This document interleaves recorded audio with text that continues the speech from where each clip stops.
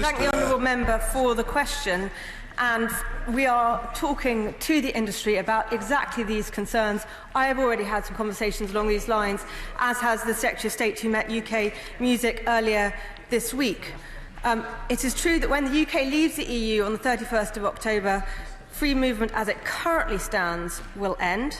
In the event of a no-deal exit, creative professionals will need to check if they need a visa or work permit for the EU country they're visiting. But I am very optimistic that we should get a deal, and I would encourage the honourable member to vote for one when she has the opportunity.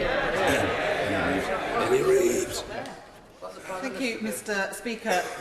The Musicians' Union state that most UK musicians rely on performing and touring in the EU in order to make a living. So a bad deal or a no-deal Brexit is going to jeopardise their careers. I've listened to what the Minister has had to say, but we're almost at Brexit date. What discussions has her department had with the Home Office about creating a musician's passport that is inexpensive, lasts for a minimum of 2 years, and would do away with the need for otherwise permits, permissions, etc., which is unsustainable for the music industry? Well said.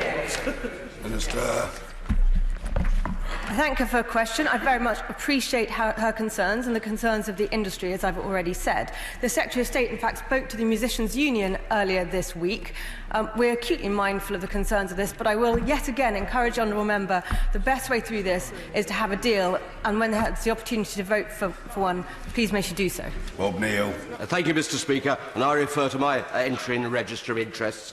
I agree with my honourable friend about the importance of a deal, but she will recognise that the concerns of the Incorporated Society musicians are legitimate and need to be addressed. Will she also speak to those who run our major opera companies?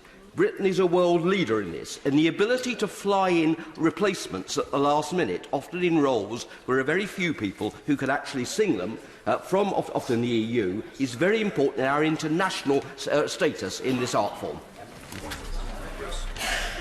I thank my honourable friend for his question. As he will know, I'm new to this post, but I very much look forward to talking to representatives from the opera sector and making sure that we continue to support this hugely successful part of our economy as we leave the European Union. Order. Topical questions. Daniel Zeichner. Mr. Speaker. Secretary of State. Mr. Speaker, as I said earlier on, my first oral question since I was appointed, I'm thrilled to be holding this role and working to make the country better connected and more creative. This week, the Government announced £5 billion further to support the rollout of gigabit connectivity, delivering greater connectivity to those who need it. Honourable members will be aware of our ongoing work to keep people safe online and our proposals around age verification for online pornography. I'd like to notify the House that the standstill period under the EU's Technical Services and Regulations Directive expired at midnight last night. I understand the interest on all sides of the House in this issue, and I'll update the House on next steps in due course. And finally, I'm sure that the whole House will want to congratulate Dina Asher-Smith, who won a 200 metres gold at the World Athletics Champions. She is the first British woman to win a major global sprint title and the first Brit to win a World or Olympic sprint title since 1993. Zeichner.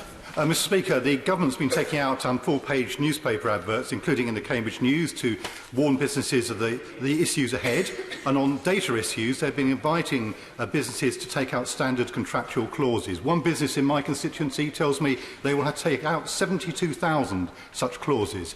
So can the Secretary of State tell us how many clauses will have to be negotiated for the entire economy and how many are actually in place?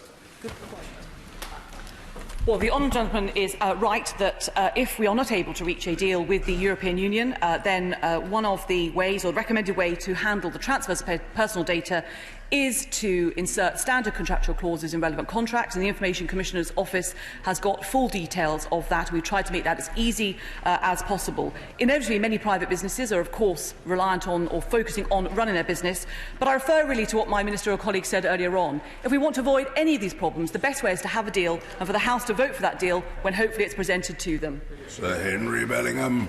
Mr. Speaker, can the Secretary of State confirm that the Prime Minister's very welcome announcement yesterday about broadband access and mobile phone connectivity really, I'd rather the Secretary of State answer it, actually, if he doesn't mind, really will have a transformational impact on rural areas like North West Norfolk? And can she also confirm that it is actually new money? Secretary of State. Can I thank my honourable friend, my right honourable friend, very much indeed. Yes, it is new money, but and it's also very much to make sure that our rural areas do not lose out in the search for greater connectivity. He will know from his constituency work just how important it is that businesses and households in his constituency are fully connected to the internet, and how important that is for driving up productivity in our economy. Yeah, Smith. Mr. Speaker, given that spending on youth work has fallen £880 million since 2010, I was very interested in the government's announcement this week, but note that it is just £50 million per year in revenue for the sector. Given that we've had at least 760 youth centres close their door and 14,500 youth and community workers lose their jobs since 2010, does the Secretary of State really think that the announcement of just 60 new youth centres really cuts it? Yeah. Well, I do find it extraordinary that from the opposition front bench is not a welcome for £500 million for the Youth Investment Fund to be spent in a myriad of different ways, but a criticism. Actually, the sector has shown itself to be very strong and resilient, and of course it's absolutely typical of the Labour Party to focus on buildings and facilities, not what's going on and not the support offered to young people. Blackman. Thank you, Mr. Speaker. Further to that answer from my right honourable friend, the £500 million Youth Investment Fund is warmly welcomed across the country. What steps is she going to take to ensure that young people can participate in sport, drama and music as a result of this fund? Well, can I thank my old friend very much indeed for that question. He's absolutely right. I can give him that reassurance. I think those activities, the access to art, drama, sport and other creative and cultural activities is an absolute right and entitlement for young people. I'm delighted and excited to find that this is a department that is responsible for youth policy out of school hours, and I hope that he will encourage organisations in his constituency to put in bids for this funding when details are announced. David Hanson. On the question of online abuse, what steps are the government taking with regard to those anonymous accounts that pour bile out and hide behind anonymous accounts so that they can be held to account for their comments? Thank you, Mr. Speaker. As part of our online harms work, we will of course look at what benefits and costs come with anonymity online. We are very conscious that for the purposes of whistleblowing, for instance, then anonymity can be an important part, but we all know how people hide behind anonymity as keyboard warriors. Stephen Kerr. Thank you, Mr. Speaker. Stirling constituency is the third worst constituency for mobile phone coverage in Scotland. Can I ask what the government is doing to remedy this? As the honourable gentleman knows, we have recently announced £5 billion that will cover connectivity in all its forms, and that, of course, includes Scotland. It's probably worth saying I recently met with Paul Wheelhouse, my opposite number, in the Scottish Government. We got on well. We will work well together. It's a good job we got on well, because under the SNP, broadband needs all the help it can get. Gareth Thomas. Thank you, Mr. Speaker. Major national cultural institutions like the Tate should put their brands as well as the art in their collections behind efforts to support regional and local art galleries and museums. Would the Secretary of State therefore in particular encourage the Tate to support proposals for pop-up Tate galleries at art galleries such as Harrow Art Centre, which serves my constituents? I thank the honourable member for his question. It's an excellent proposal. I've already visited the Tate since I became a minister, and I'm well aware of a huge amount of work that they and other museums and galleries do, making sure that their collections are available around the country and that they are supporting other parts of the country as well as London. Jack Lepresti. Thank you, Mr. Speaker. A number of my constituents are stuck with a single broadband provider, which is in a monopoly position, so charging very high prices for very poor service. So what can the government do? What steps are you taking to try and ensure greater competition, which will drive down prices and improve the service? Minister. Thank you, Mr. Speaker. We're acutely conscious that the best possible market is going to be a market that is driven by competition. As we take forward the huge investment to cover a better connected country, then one of our key aspirations will be in the long term to develop that greater level of competition. Stuart C. MacDonald.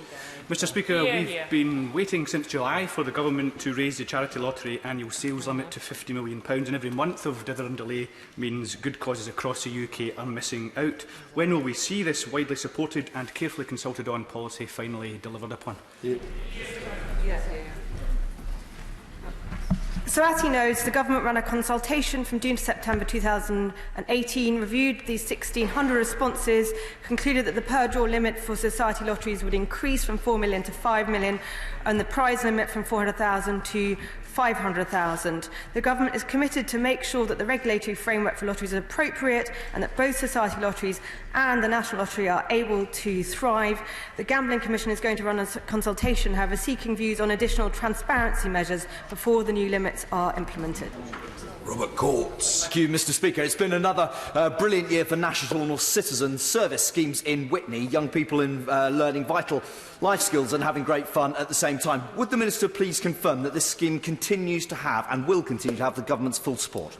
Secretary of State. Well, can I thank my friend very much indeed for that. I'm absolutely happy to provide that commitment. We think the National Citizen Service is a fantastic scheme. It's the fastest growing, I think, youth activity scheme in the country. And I know he's obviously enjoyed his visits. I've very much enjoyed my visits to NCS in Loughborough.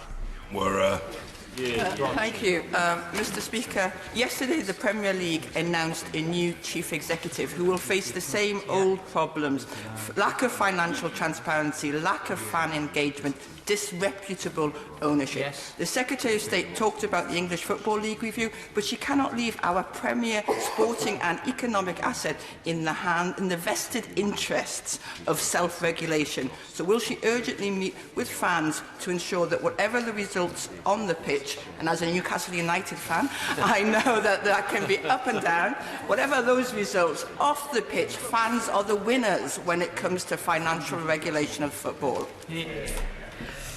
Can I thank the Honourable Lady very much indeed. She's absolutely right to say that it's quite an emotional experience, can be a bit of a roller coaster being a fan of a football club. I think we ought to see how the new appointment obviously decides to embrace the new appointment, but of course it'll either be me or the Minister for Sport, always very happy to meet with organisations. And Damien Hines. Thank you, Mr Speaker. Gigabit fast would be fantastic, but just a bit fast would be great for many East Hampshire homes and businesses. What comfort can my honourable friend give, not just for the hardest 20% and 10%, but the hardest 5% and 3%? My right honourable friend is absolutely right to raise this issue. This is something where we have to look first, in some ways, at the very hardest to reach areas, because we do, while commercial areas are important to upgrade to gigabit levels, it is where there is currently no broadband at all very often that we will make the greatest social and economic impact. Jeff Smith. Thank you, Mr Speaker. Age UK have warned that the changes to eligibility for TV licences is likely to result in a big increase in fraudulent activity that targets vulnerable elderly people. Isn't that yet one more reason why the government should stop outsourcing its social policy and commit to keeping TV licences free for all over 75s? Yeah. Well, thank the honourable gentleman very much indeed. The BBC has provided assurances that it will deliver the most sensitive possible handling for those obviously who are affected, and will work with older people's groups, charities and voluntary organisations to design a bespoke system to support all those over 75, including new easy payment plans and an information and advice programme. We want everyone who is eligible for pension credit to make sure that they are claiming it in order to get the benefit of the TV licensing. Philip Honorbone. My interest, Mr Speaker, as a member of Kettering Borough Council. Will the Secretary of State join me in congratulating Kettering Borough Council on its decision to match fund its successful £2 million bid for a heritage accent zone in Kettering Town Centre with a further £2 million? And does she agree that this £4 million proactive investment in the local high street must be good news for the local economy? Well, can I thank my own friend? I am delighted to congratulate Kettering Borough Council for their match funding, and I think this just shows that actually where government investment is put in, actually then it will often unlock other funding, whether that's from the private sector or from local authorities or others, in order to make sure that our high streets are the thriving places we all want them to be. Order. Questions to the Attorney-General. Hang on, debonair. Keep going, Mr. Speaker. I think you need a fisherman's friend, Mr. Speaker. Question number 1, Mr. Speaker. The Attorney General. Mr. Speaker, with your leave, I have the same cold.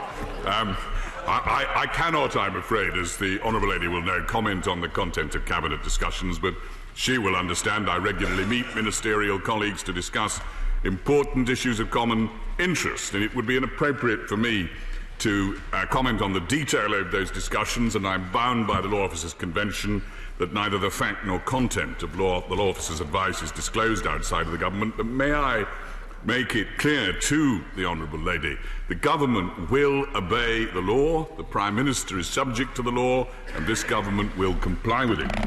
Hang on, debonair. So, notwithstanding all of that, I'm just going to ask the Attorney-General a nice yes-no question. The Act requires the Prime Minister to ask for an extension unless Parliament has agreed a withdrawal agreement or agreed to leave without one. So will the Attorney-General confirm that if Parliament has either not agreed to a withdrawal agreement or not agreed to leave without one, the Prime Minister would be acting unlawfully if he took us out of the EU, nevertheless, on the 31st of October? Yes or no, would it be unlawful? What I can confirm to the Honourable Lady is that the government will obey the law. Peter Bone.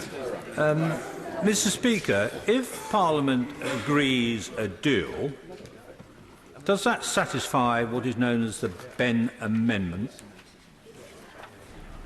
The Attorney. If Parliament agrees a deal, having had it brought before this House, then it fulfils one of the conditions that means that no extension has to be sought. Chairman. But, Mr. Speaker, can I ask the Attorney, if, hypothetically, if the government was seen to be breaking the law, who would arrest the Prime Minister? Would it be the Met, or who would arrest him? Attorney. I don't think really it's for me to comment on ridiculous speculations and hypotheticals of that kind. But I may say it's good to see the honourable gentleman looking calmer this morning.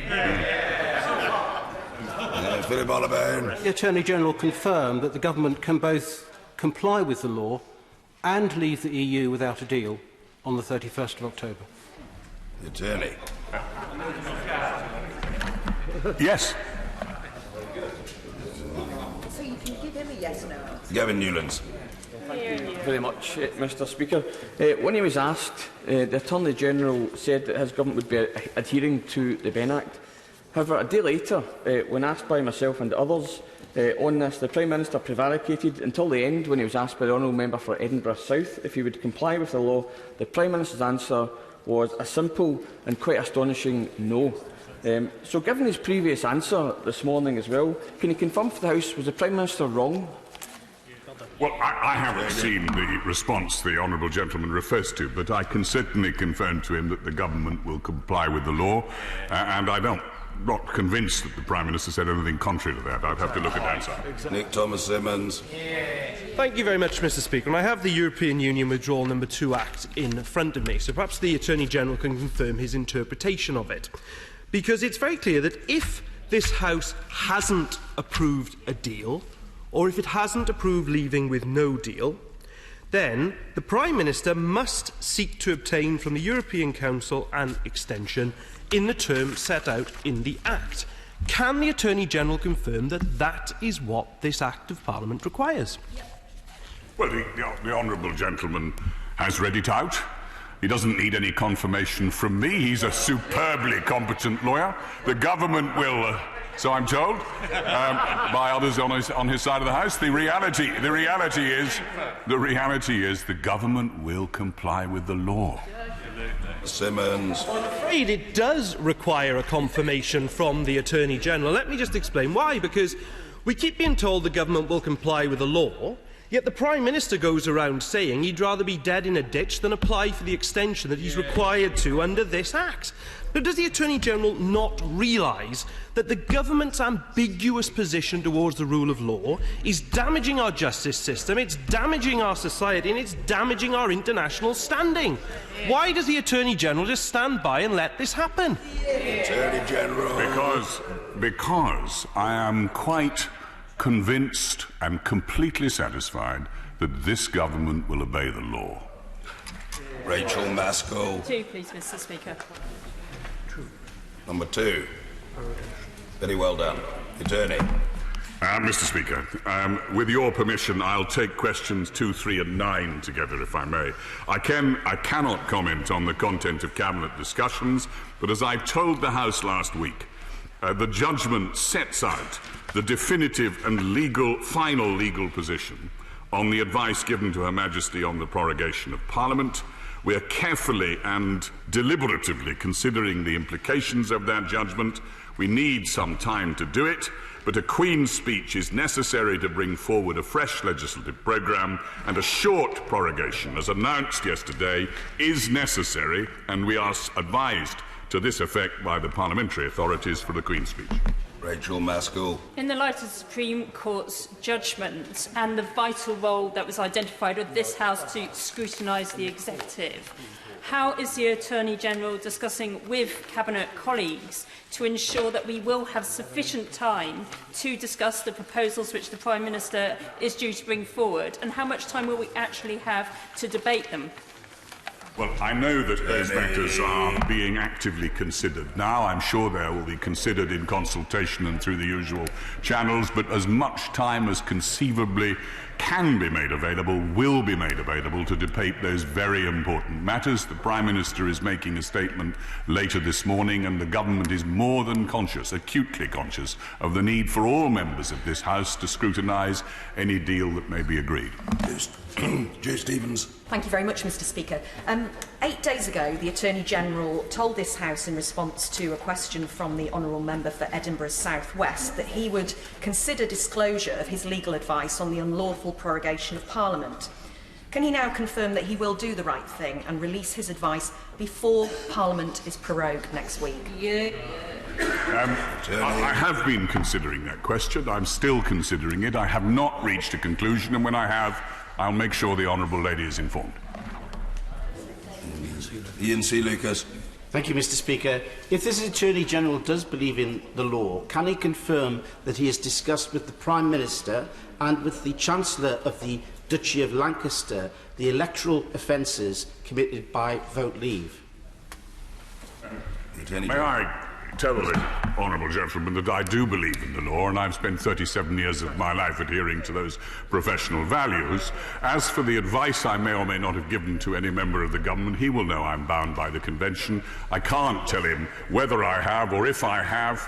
I understand the purport of the honourable gentleman's question. I don't criticise him for it in the least, but I regret I can't help him as to the content of any advice I've given. Bob Neal. Thank you, Mr. Speaker. Would I just urge the Attorney to reflect that departing from the norm that law officers' advice is not disclosed is something that should only be undertaken with great care because of the implications for all future law officers and all future advice to government. But is not the rub of this issue simply this, that as the President of the Supreme Court said, the circumstances that gave rise to this judgment were, as she described, a one-off. The Court was asked to rule on a novel point where up until then legal opinion had varied. It's made a ruling and the Government accepts and will abide by the ruling as it should with any ruling of our independent courts. I completely agree with both parts of my honourable friend's question. Plainly, in connection with the Law Officers' Convention, it's not a question of personal ownership by any particular attorney.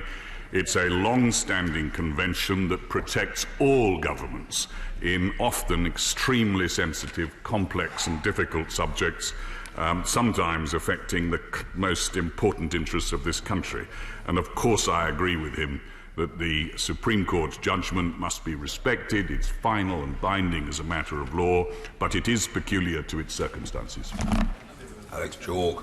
Mr. Speaker, our courts are scrupulously impartial and independent, And in the aftermath of the Supreme Court judgment, there have been some unwise voices who suggested that we ought to move to some sort of US-style process of appointment. Does the Attorney-General agree with me that that would be extremely unwise and Her Majesty's Government has no prospects to proceed down that route? My honourable friend, as ever, from the background of practice in the law, feels, as I do, that these kinds of hearings, certainly US-style hearings, would be a regrettable step for us in our constitutional arrangements.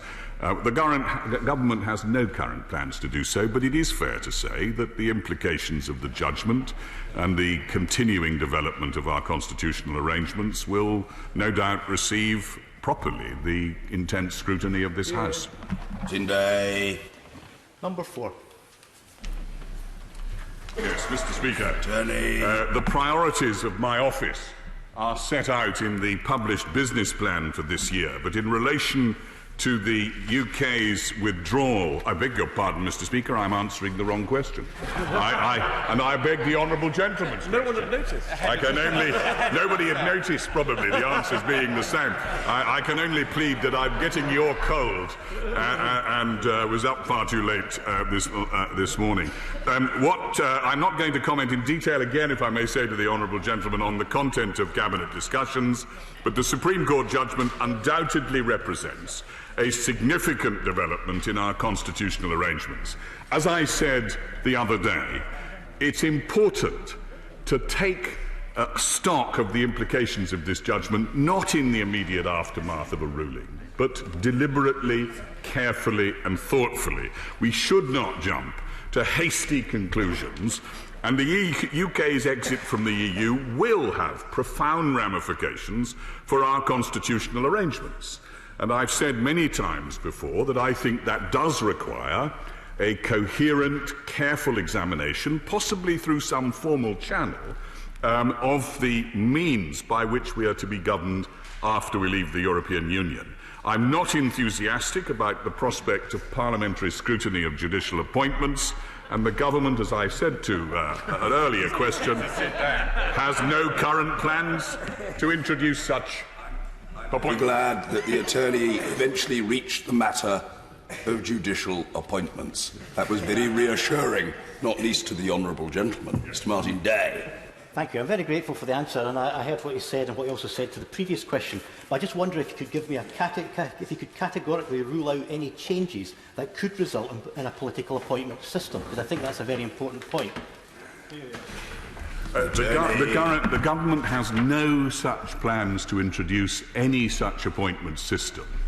The only thing I will say to the honourable gentleman is that this House must have the right to determine the constitutional arrangements of this country, and of course parts of that will have to reflect upon the role of the Supreme Court and its constitutional functions. But I agree with him that a US-style appointment system would be a wholly retrograde step. Sir David Liddington.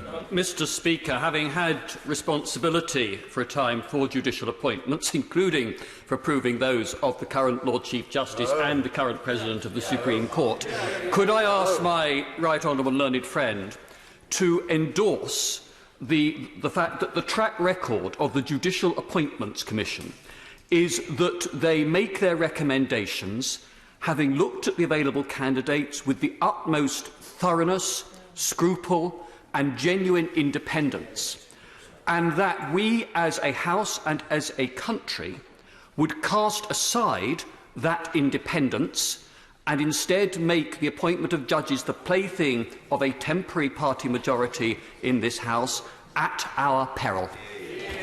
Well, if I may say to my right honourable friend, I certainly couldn't have put it better than that. I agree with every word that he says. I think that, as I've had cause to say in this House only recently, we have one of the finest judiciaries in the world. They are beacons throughout the world of impartiality and independence.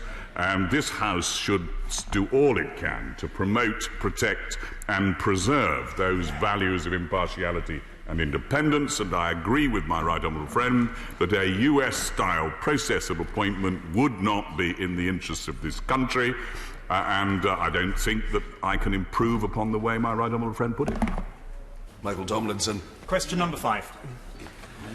With your permission, Mr. Speaker, I'll take questions number 5 and 8 together. The unduly lenient scheme is an important avenue for victims, for family members and the general public to ensure justice is delivered in the most serious cases, and that's why the Government has announced an extension of this scheme to cover further child sexual abuse offences, such as those involved in the taking and distributing and publishing of indecent images of children. In 2018, the law officers referred 1/5 of all eligible cases which were considered by my office to the Court of Appeal, and of those, 73% were found to be unduly lenient. Michael Tomlinson. Thank you, Mr. Speaker. I'm grateful to the Solicitor General for his answer. Can he set out how the new announcement on unduly lenient sentences will help victims of stalking? Minister. Yes, I'm grateful to my honourable friend for that question. The unduly lenient scheme is an extremely effective scheme. It's now been in existence for some 30 years. It applies to a myriad of offences, but we wanted to extend the scheme to include a range of 14 offences of a sexual nature, including of child abuse and indecent images. The scheme now includes those, and will do so in future, and a range of others are clearly available for consideration under the unduly lenient scheme, which will serve to ameliorate the situation as far as the previous gaps were concerned. Bob Blackburn. Thank you, Mr. Speaker. I thank the Solicitor General for his answer thus far. What action is he taking to alert the victims of crimes on steps they should take to actually bring the scheme into operation, and also the wider public, so the public will understand that actually unduly lenient sentences should be a thing of the past? Minister. Yes, we're very fortunate in this country to have a judiciary who get it right, frankly, almost 100% of the time. We have some 80,000 sentences that have passed last year, for example, and of those, only about 100 had to be referenced to the Court of Appeal and were found to have been unduly lenient. So they are very few and far between, but he's quite right that victims ought to be aware of those the available options for when a sentence has been unduly lenient, and the Crown Prosecution Service are doing everything they can to make sure victims are so informed. Melanie on. Number 6, please. Minister Ellis. Yes, Mr. Speaker. If I may, I'll answer this question with 7 and 10. I engage with the Director of Public Prosecutions regularly on criminal justice issues, including rape and serious sexual offences. Both the Director and I recognise the devastating impact that these horrific crimes have on victims. I met with the Director of Public Prosecutions only a week or two ago, and again this week. Indeed, the Crown Prosecution Service and my office have worked closely with criminal justice partners in the ongoing government review into the response to rape and serious sexual offences. So, what reason did the Director of Public Prosecutions give for the dreadful drop in CPS prosecutions by 51% in these cases since 2014? Minister.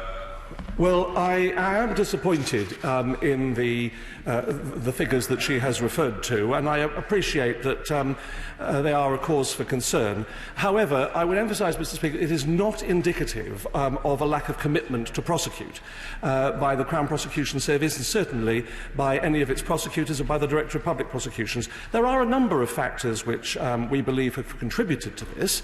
That includes perhaps a fall in the volume of referrals from the police and an increase in the volume of digital data. But we're looking at it very closely, and a review is underway.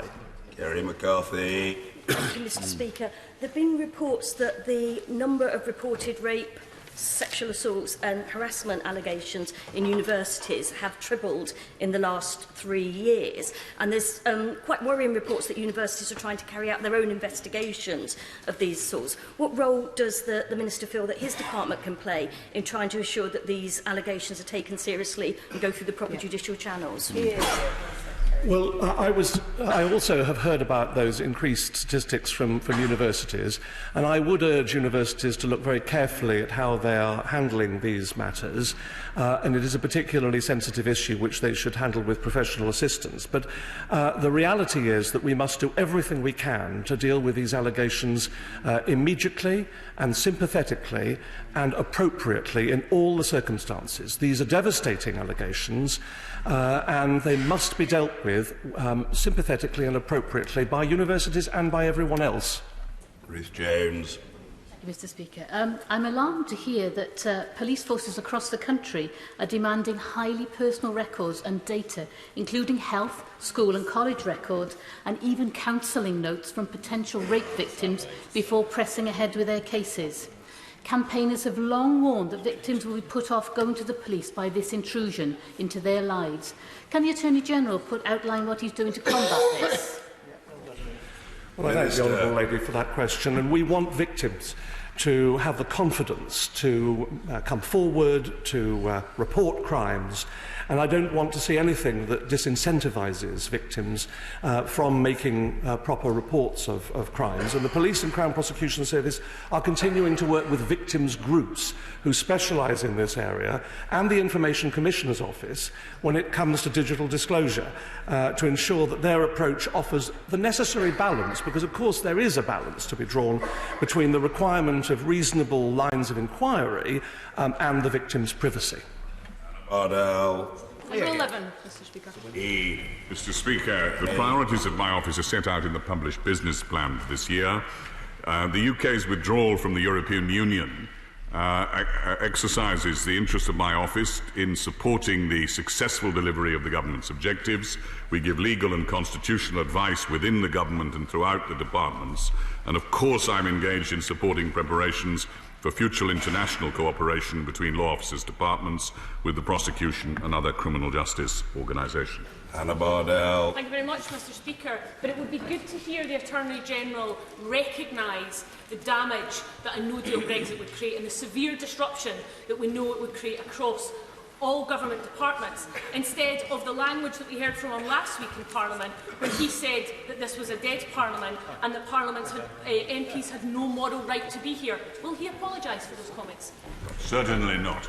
I stand by every one of them. When this Parliament assumes its responsibilities to pass a withdrawal agreement, then I might reconsider them, but certainly not at the moment. I say to the Honourable Lady, we may soon have a chance to assume those responsibilities if we can get a deal, from the European Union. I hope then to see her vote for it. However, we'll stand up for Parliament at all times. This Parliament, I completely respect the right of the Attorney to his view. This Parliament is entirely legitimate. It's doing its work. It should be expected to do so. And no amount of cheap abuse, calumny and vituperation directed at this Parliament will stop it doing its job. That's the way it is. That's the way it will continue to be. That's the way it has to be. Ms. Bryant. Can I just ask about extradition? Because obviously we rely on, in this country, being able to extradite people from other countries in Europe to face justice in this country, and we've relied on the European arrest warrant. But as I understand it, if there's no deal, 4 or 5 countries in the European Union have now stated categorically that they will not extradite to the UK. How are we going to make sure that we get people to face justice in this country? The Honourable Gentleman is quite right. There are some countries that will not extradite their own citizens. In those cases, it's a question of bilateral discussion with them. There is the existing Extradition Act, but if they won't extradite citizens, then of course there is the option of trying them in that country. That is generally the option that those countries offer in connection with their own citizens. Exactly, and it presents considerable difficulty, as the Honourable Gentleman points out. But we will be having bilateral discussions with those countries, seeking to agree specific arrangements with them. This question, Valerie Vaz. Thank you, Mr. Speaker. Will the Leader of the House please give us the forthcoming business? Leader of the House, Mr. Jacob Rees-Mogg. Thank you, Mr. Speaker. And I do have a supply of throat sweets, should you need them. But I admire your stoicism in doing this. The business for next week will include Monday the 7th of October, debate on a motion relating to the appointment of a lay member to the Speaker's Committee on the Independent Parliamentary Standards Authority, followed by a motion to approve a statutory instrument relating to the draft Northern Ireland Ministerial Appointments Functions No. 2 Regulations 2019, followed by proceedings in committee and remaining stages of the Census, Return Particulars and Removal of Penalties Bill, Lords. Tuesday the 8th of October, motion to approve a statutory instrument relating to the draft Plant Health Amendment, etc., EU Regulations 2019, followed by motion to approve a statutory instrument relating to the draft Environment and Wildlife Legislative Functions, EU Exit Amendment Regulations 2019, followed by a debate in government time on baby loss awareness, and that may then be followed by all the necessary arrangements relating to the prorogation of the House. Valerie Vaz. Thank you, Mr. Speaker. And can I just acknowledge that the member for Perth and North Perthshire cannot be with us today. Can I thank the Leader of the House for the business and for ensuring that the government complies with the judgment of the Supreme Court, because now prorogation is just 5 days. He could have saved all that trouble, but at least now we have a definitive judgment about the capital A advice that the government gives to Her Majesty using prerogative powers, and they were found to be capital U unlawful. The opposition were asking for Parliament to be prorogued, Mr. Speaker, on Wednesday, so that the Prime Minister could come to the House and account for himself to the House at Parliament at Prime Minister's question time. But no show. He's like McCavity, the mystery cat. He's called the hidden paw. But it's National Poetry Day, Mr. Speaker, or maybe in the Prime Minister's case, not so hidden paws. But the Prime Minister, as the Chief Whip, our Chief Whip has reminded us, has only done 1 out of a possible 4 Prime Minister's question time. So, no trade bill, no fisheries bill, no agriculture bill, no immigration and social security bill, financial services bill, all lost. The government simply don't want to do their job and bring their bills back. It's no wonder, Mr. Speaker, that the opposition parties have to seize the order paper. We need to use humble addresses to get the basic documents, the impact assessments. Could I ask the Leader of the House if, as the business is so paucity for next week, could we have our opposition day? The last one was on the 12th of June. Now, Mr. Speaker, the EU Withdrawal Act No. 2 states at Section 1, subsection 4, that the Prime Minister must write and deliver a letter requesting an extension to the President of the European Council. He will know, I'm sure, the Leader of the House, from having read the judgment, that Lord Diplock said this about the government. The government are accountable to Parliament for what they do so far as regards efficiency and policy, and of that, Parliament is the only judge. The government, are responsible to a court of justice for the lawfulness of what they do, and of that, the court is the only judge. So will the Leader confirm that the Prime Minister will comply with the law and that the law officers have warned him of the consequences if he failed to comply with the law? Mr. Speaker, turning to other breaches, the Ministerial Code. The Leader of the House will know how important it is that the ministers stick to the Ministerial Code. They must avoid real or apparent conflicts of interest. My honourable friend, the member for Plymouth, Sutton and Devonport, has asked me to remind the Leader of the House that it's possible that the Veterans Minister may or may not have broken the Ministerial Code when he hadn't resigned from his job as paid job from a veterans company when he became Veterans Minister. And the honourable member for Bishop Auckland raised a point of order on Monday on a possible conflict of interest. The Leader of the House will also be aware that Crispin Odey, a donor to various parties and people, made £220 million overnight as sterling slumped after the 2016 referendum result. Now, given the government have taken our policy on having 20,000 more police officers and raising the real living wage to £10, will they now support the Shadow Chancellor when he calls for an inquiry into the finance sector, including the regulation of hedge funds? And I hope now, Mr Speaker, that the Leader of the House will apologise to you for what he said in his speech at conference when he accused you of damaging the standing of the House in the eyes of the British public to its lowest point in modern history. Now, the Leader of the House should get out more, because if he spoke to people outside, there are people cheering out there for how you've made Parliament more relevant. This from the person who slandered a good doctor and then had to apologise, slouched on the benches because he felt entitled to, then he had to apologise. And, Mr Speaker, funnily enough, we thought he was one of your favourites, because when he was sitting over there, you always called him before all of us. The Leader has not updated the House on the British hostages held in Iran. These are British citizens used as bargaining chips. Nazanin's health and mental health is deteriorating, as she must consider being separated from Gabriella, as Gabriella may return to school in England. This is cruelty. Could we have a statement next week on what is the government's policy towards protecting state-held hostages? Warm words are not enough. It's time to act. And, Mr Speaker, it is Black History Month. I want to pay tribute to the Right Honourable Home Secretary for her excellent outing at the dispatch box, making history as the first black woman at PMQs. And, of course, Dina... Yes, shut over now. And, of course, Dina Asher-Smith. And she made, the Right Honourable Member made women at the heart of her questions. So I, too, want to pay tribute to the Honourable Member for Dewsbury, the Honourable Member for Walthamstow, and of course the Honourable Member for Canterbury for their bravery. Black History Month reminds us of their contribution and the contribution our parents made. Our parents had to face terrible racism when they first came here. Racism is pernicious, whether blatant or unconscious. And finally, Mr Speaker, I want to thank you and your office and all the House staff for ensuring that we returned after the unlawful proroguement, so that Right Honourable and Honourable Members could rightfully take their place here in the House. Leader of the House. Thank you, Mr Speaker. I won't take those in order because I think it would be sensible for me to clarify what I said about you, because I don't think I've said anything publicly that I haven't said to you before, that I have been one of your great admirers in some of the things that you have done in helping this House hold the government to account, and that is absolutely right and proper. But I disagree, as you know, with some of the decisions made over the last year.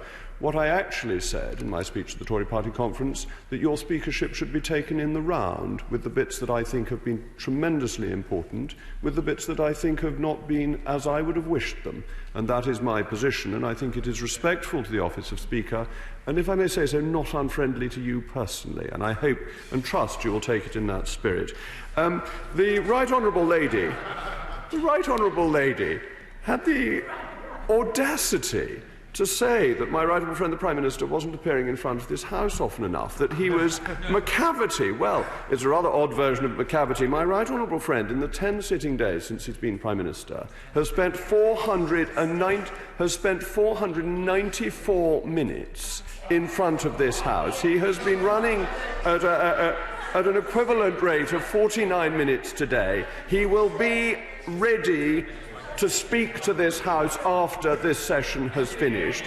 He is speaking at an incredibly dutiful and proper rate and can be held to account because in statements, Mr Speaker, you allow considerable latitude, and if I may say rightly, to the questions that are asked. So instead of doing a brief Prime Minister's Questions session, he's done 494 minutes. I don't think anyone can complain about that. As regards the Opposition Day and the Order Paper, I think these two come together. The Opposition, if it wants control of the Order Paper, can have an Opposition Day. It can have it on Monday or on Tuesday for a no-confidence vote. And if it has any confidence in itself, it will do that. Though I was in a toy shop recently with my children who thought that they deserved some toys, and there was a plastic chicken plucked with no hairs or feathers on it, and if you squeezed it, it made a squawk. I cannot think why, Mr Speaker, but it reminded me of Her Majesty's opposition. Now, the Right Honourable lady also said that the government is accountable to Parliament and that Parliament is allowed to pass its laws, and of course the government is accountable to the court. But, Mr. Speaker, we all serve one higher authority. The courts, Parliament and Her Majesty's Government are all accountable to the British people, and 17.4 million people voted to leave. And whatever laws we passed and whatever court judgments come through, we must remember that it is the people who have the ultimate say, and that is the foundation of our democracy. The Right Honourable Lady then made some points about conflicts of interest. Of course it's appropriate that the Ministerial Code is followed, and it will be. I would say moving from the private sector into the public sector fully is not an always simple thing to do. One sometimes has so many commitments that it's hard to remember all of them. But she then went on to criticise Crispin Odey for making money out of sterling falling. May I remind her that one of the major funders, allegedly, of the Remain campaign, the sort of Ramona funder-in-chief, is one George Soros, who made £1 billion when sterling crashed out of the exchange rate mechanism, which is 5 times as much as Mr. Odey has said made. So I fear all she is saying is that Mr. Soros is a better hedge fund manager than my friend Crispin Odey, who is a great friend of mine and indeed a supporter of mine. The Right Honourable Lady then made a point about the Shadow Chancellor and whether I'd listened to him. I might listen to him when he apologises to my friend, the Right Honourable Member for Tatton, for things that he said about people being lynched.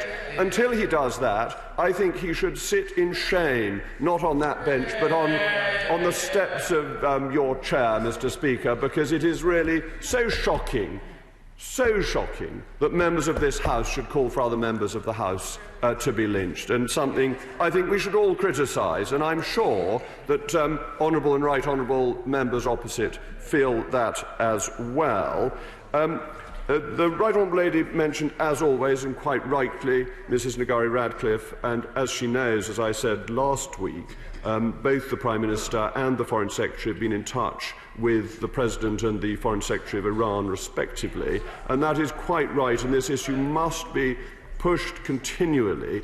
I wish it were in the gift of Her Majesty's Government to achieve the liberty of all the people who are held illegally, unjustly, improperly by foreign states, but we must push wherever we can.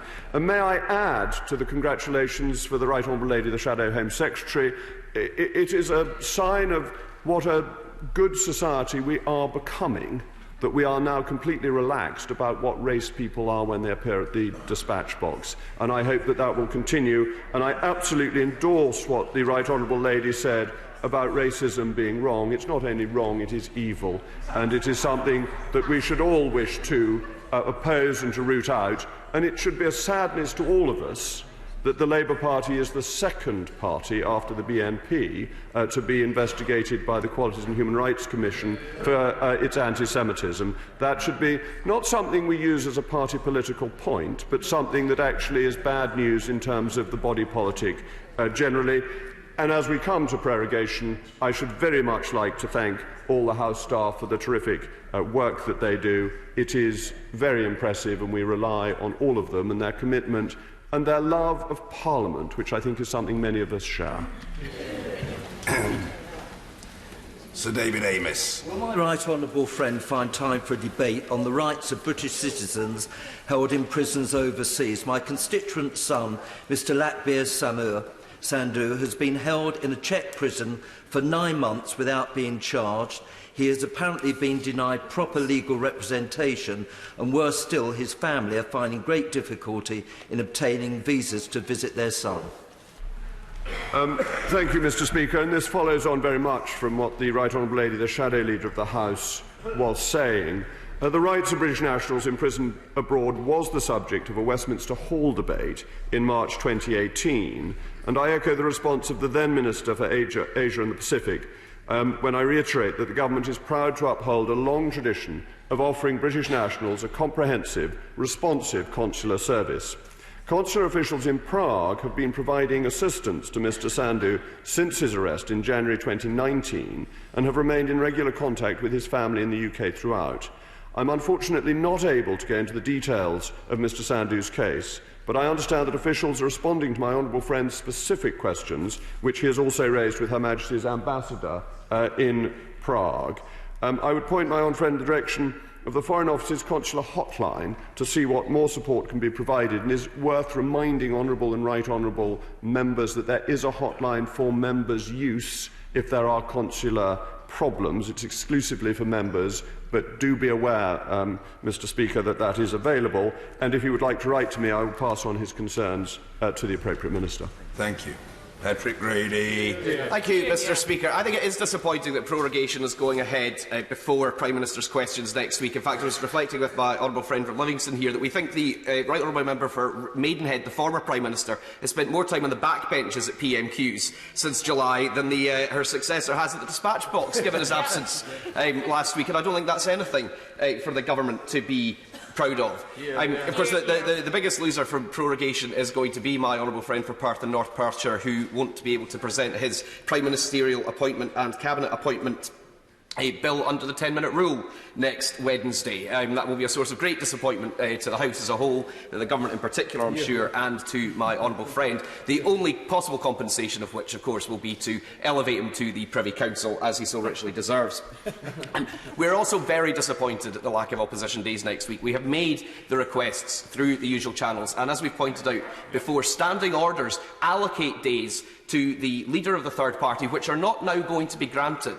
And that must be getting very close to a contempt of the House, if it's not, at the very least, a gross discourtesy to the third party. So I do urge the leader to reconsider his allocation of time next week, important though the SIs that he's scheduled are. But perhaps we can end on a slight note of consensus. Last week he spoke about Padre Pio. On the 13th of October, the Christian community in this country will celebrate the canonisation of John Henry Newman. The all-party group in the Holy See will have a delegation representing the House in Rome. The Prince of Wales will represent the Queen. I wonder if anyone will represent Her Majesty's government. And next year will be the 10th anniversary of Pope Benedict's visit to the UK and his important speech in Westminster Hall. And I wonder if the leader would be willing to meet with those of us who have an interest in such things about how that can be appropriately commemorated in the Houses of Parliament. Thank you very much, Mr. Speaker. If I may, I'll answer the question in reverse order. The canonisation of Cardinal Newman is a matter of great joy to Catholics in this country and to other Christians, a matter of huge celebration. It is very, very rare that Britain is raised, elevated, becomes, by God's divine mercy, a saint, and we should all rejoice at that. And I don't know if a member of Her Majesty's Government is going to be at the ceremony. I don't know whether the honourable gentleman was suggesting I go. If he is suggesting that, it's one that's very welcome, but it's not for me to decide. And I agree with him. It would be suitable to have a meeting to discuss the 10th anniversary of the Holy Father Emeritus's visit, which was a wonderful occasion and a very moving speech that he gave at that time. As regards opposition days, I'm going to say what I said to the Right Honourable Lady, the Shadow Leader. Should the honourable gentleman want to have a vote of no confidence, time will be made available and we will give them a day to speak, and which will give us the opportunity of speaking in the other direction on the many virtues of this fantastic government. I'm bound to observe that the leader's enthusiasm about canonisation is beginning to sound a little like ambition. Sir John Hayes. I'm grateful, Mr. Speaker. Contrary to the claim of the Hollies, who are a well-known musical ensemble, the air that we breathe is not all that we need. But you can't live without it, as more than 10,000 sufferers from cystic fibrosis know as they gasp for breath each day. Yesterday in this House, the honourable member for Sheffield Brightside drew our attention to the drug Orkambi, which can be a life-saving treatment and certainly a life-changing one for more than half of those sufferers. Will the Leader of the House arrange for a statement to be made to say how that drug can be made available in the United Kingdom as it has been in Scotland? For, as Edmund Burke said, and I know you admire him as much as I do, Mr. Speaker, there is one law for all. That is the law which governs, that is the law of our Creator, the law of humanity, justice and equity. In the name of those virtues, please make this drug available to those who suffer in silence? Well, Mr. Speaker, you know that this is an issue where for other drugs I have raised questions, and so I would encourage my right honourable friend, as I'm sure you would, to use the facilities of this House to press the point. And, Mr. Speaker, you kindly allowed me an adjournment debate on the issue of Batten disease, and that drug, the drug for Batten disease, has now been made available. So with or can be, this is being discussed in the usual way between NICE and NHS England to decide the fair price for medicines. Vertex is the drug company concerned, and I think it would be right to urge them to accept the price that is being offered. But I can reassure my right honourable friend that the Health Secretary is meeting Vertex again. This is really serious. It is being looked at. But I would also encourage him to keep pushing. I hope he'll take the hint. I hope he'll take the hint. Adjournment debates, urgent questions, emergency debates. Burke would expect nothing less of the right honourable gentleman. I'm very glad. Very well done. I'm very glad to hear it indeed. Mr. Barry Sherman. Speaker, I wonder if the Leader of the House would agree with me that one of the most innovative and successful innovations in recent times has been the creation of a Children's Commissioner, and particularly with Anne Longfield as a very brave champion for children.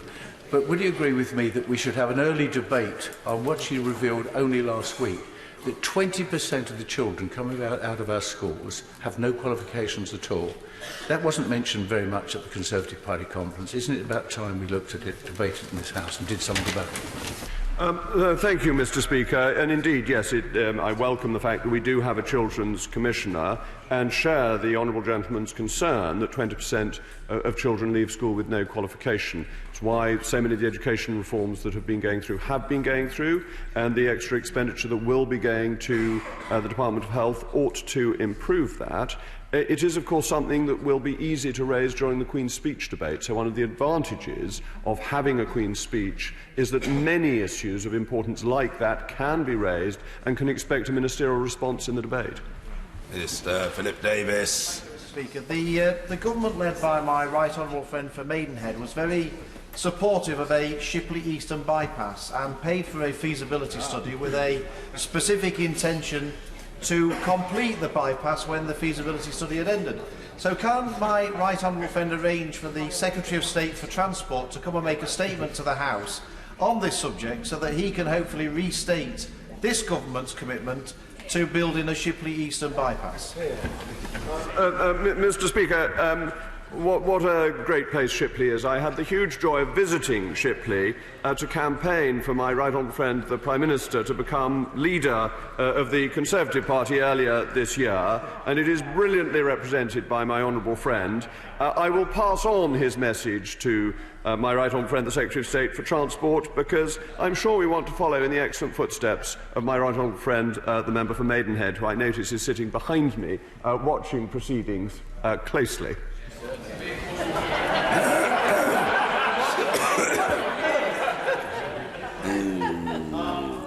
Mary Rimmer. Will the Leader of the House advise this Chamber when the Government intends to share with this House its black swan scenario for a no-deal Brexit? And secondly, has the business and health sectors been advised accordingly? Thank you, Mr. Speaker. The Government will produce information in the normal way to ensure that people are properly informed about what is going on. The thing to bear in mind is that enormous preparations are being made in the event that we leave with no deal, and that the problems therefore are being worked through and sorted out to minimise anything that could happen. And therefore I'm not sure producing a black swan document would be enormously valuable. But the good news is, if the Honourable Lady holds on a bit, there will be a statement from my right honourable friend the Prime Minister about the prospects of a deal, which seem to be brightening by the minute. Mary Robinson. Thank you, Mr Speaker. On the 1st of August, whilst the focus of the media was on the dramatic events at Toddbrook Reservoir, dozens of residents and businesses in my constituency were flooded, enduring the heartbreak of seeing their livelihoods and possessions engulfed by 4 foot of flood waters as it surged into their homes. Flood projects across the country have benefited from the £62 million recently announced, but in the absence of any applicable project from Stockport Council, my residents won't benefit. Would the Leader of the House give Government time for a debate about the extension of flood resilience schemes and a requirement for councils and government to help vulnerable homes and businesses prepare for future flood events? Thank you, Mr Speaker. As my honourable friend said, there was the £62 million funds, and the government is always there to help when acts of God or natural disasters hit, and the awfulness of having 4 feet of water flood a property is something it's very hard for individuals to bear, and they need support in these difficult circumstances. So the question of time for debate, I think we're quite limited on, but as I said before, it is something that could come up in the Queen's speech, and I will ensure her point is passed on. Ellie Reeves. Thank you, Mr Speaker. I recently met with Centrepoint, who do fantastic work on youth homelessness, which is sadly rising with an estimated 103,000 young people in the UK homeless or at risk. One of the main drivers is that under-25s receive less financial support for housing, which often doesn't cover local rents. So can we please have a debate in government time on the shared accommodation rate and tackling youth homelessness? Well said. Well, thank you, Mr Speaker. One of the things that was announced at the Conservative Party conference was that the minimum age rate will entry rate will come down, which will help younger people to earn more money, and that must be a good thing to ensure that they have the resources that they need, and also that we will be building more houses, because one of the problems is a shortage, and I think last year was the highest year but all but one in the last 30 for house building, so we are moving in the right direction. Sir Greg Knight. Thank you, Mr Speaker. Can we have a debate about making better use of time? Is the Leader of the House aware that in 3 weeks we will go through that ridiculous ritual of putting our clocks back, thereby plunging the country into darkness and misery by mid-afternoon? So can we have a debate to look at the benefits of staying on summertime all year round? Mr Speaker, when we had this debate some years ago in this House, I proposed that we should restore the situation to before the railways came, and that Somerset should go back to its own unique time, because I think that Somerset deserves to be represented in a special way. Do you know, I find that one of the best days of the year is the day the clocks go back, because one gets an hour extra in bed, and I've always thought that is rather welcome. Stephen Lloyd.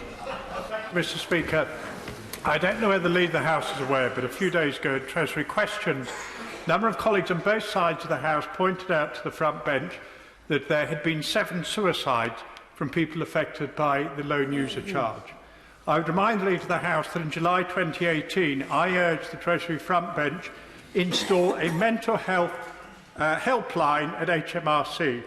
My urging was rejected. Then I would urge the Leader of the House to go to his colleagues on the Treasury front bench and get that mental health helpline updated and put it at HMRC before there are any other unnecessary deaths. Thank you, Mr Speaker. The honourable gentleman raises a point of the highest importance. Any government policy that is linked to suicide is something that rests on the government's conscience, and what he has suggested I will certainly pass on to Her Majesty's Treasury. Mr Bob Blackman. Thank you, Mr Speaker. The honourable member for Gateshead, the chair of the Backbench Business Committee, is detained on urgent constituency business. So on behalf of the Backbench Business Committee, I just want to draw the Leader's attention to the fact that the Backbench Business Committee dissolves on prorogation, and therefore the chair and the members will have to be elected as soon after the state opening as is possible. So a number of quick pleas, if I may, Mr Speaker. First, can we make sure that that election takes place quickly and expeditiously so the committee comes back into operation? Secondly, we will meet on Tuesday and produce a list of prioritised debates for backbench business time. So if the government is putting on general debates will give the leader an opportunity to select many of those. And thirdly, could we now move away from this nonsense of the chairman and committee being disbanded at the end of the parliamentary session and being re-elected, so that we keep for all select committees the same process for the duration of Parliament? Finally, Mr Speaker, on my own behalf, can I invite my right honourable friend to wish all those Hindus celebrating Navratri Jayambe. Mr Speaker, to the last point, yes, I'm very happy to do that. In response to the points throughout the Backbench Business Committee, yes, we will ensure that it is re-established quickly. Yes, it is extremely helpful and welcome that the Backbench Committee, before it dissolves, will propose a list of debates. And can I at this point thank the Backbench Business Committee, and particularly its chairman, for the terrific work they do. It is invaluable to Backbench members that they have this facility. It's also of immeasurable use to the Leader of the House, because I can often say this is a matter for the Backbench Business Committee, which is something of a stock answer, you may have begun to notice, and without it I might find question time rather harder. As regards changing to a longer period of appointment, the Backbench Business Committee does have unique powers which are unlike those of any other select committee, including a significant amount of time in the chamber. So, although the government's very happy to think about this, and perhaps the Procedure Committee might want to think about it too, I'm not going to promise any rapid change. Chris Bryant. The Leader of the House mentioned IPSA, which is very tempting. Go on. But I'm not going to go down that route. I want to make him promise that just as the United States of America has now had 2 traumatic brain injury acts, which have made dramatic differences for many millions of people in the United States of America, whereas we have never yet had one, he will include it in the Queen's speech, because there's 1.4 million people in the UK who've suffered from acquired brain injury.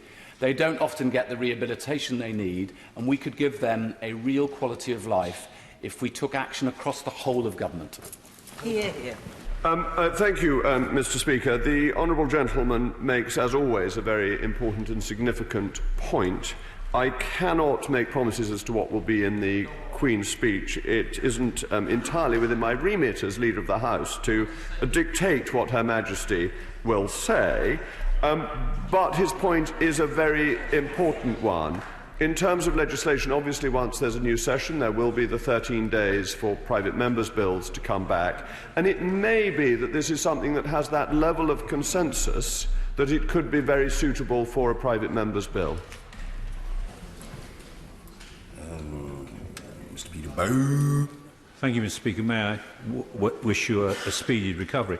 Can I ask the Leader of the House about in relation to next week's business? The Speaker is clearly suffering from his voice and a problem, and he does put enormous hours in the chair, and he stays there for quite extreme times and has to shout at times to keep the House in order. Would it be appropriate, or would the Leader recommend, and I don't know the propriety of this, whether the Speaker is asked not to chair those sort of debates, particularly, say, on the European Union, to protect his health?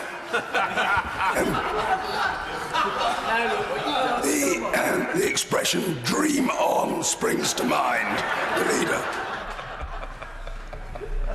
Mr Speaker, I think this is entirely a matter for you to decide which debates you chair and which debates you don't chair, though I would say that for the convenience of previous speakers in past times, before there were deputies, there was a curtain that could... Is that not true? It is reported in good history books, but clearly not ones as good as those written by the honourable gentleman.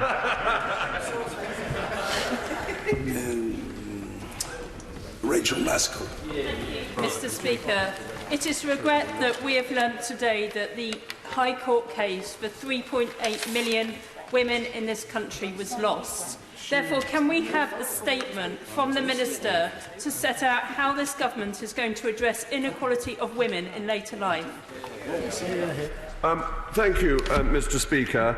I'm afraid, unlike the Honourable Lady, I welcome the decision from the courts today. And the government did commit £1.1 billion to support those affected, and no one will see their pension age change by more than 18 months relative to the 1995 timetable. So it is an 18-month maximum change from 1995.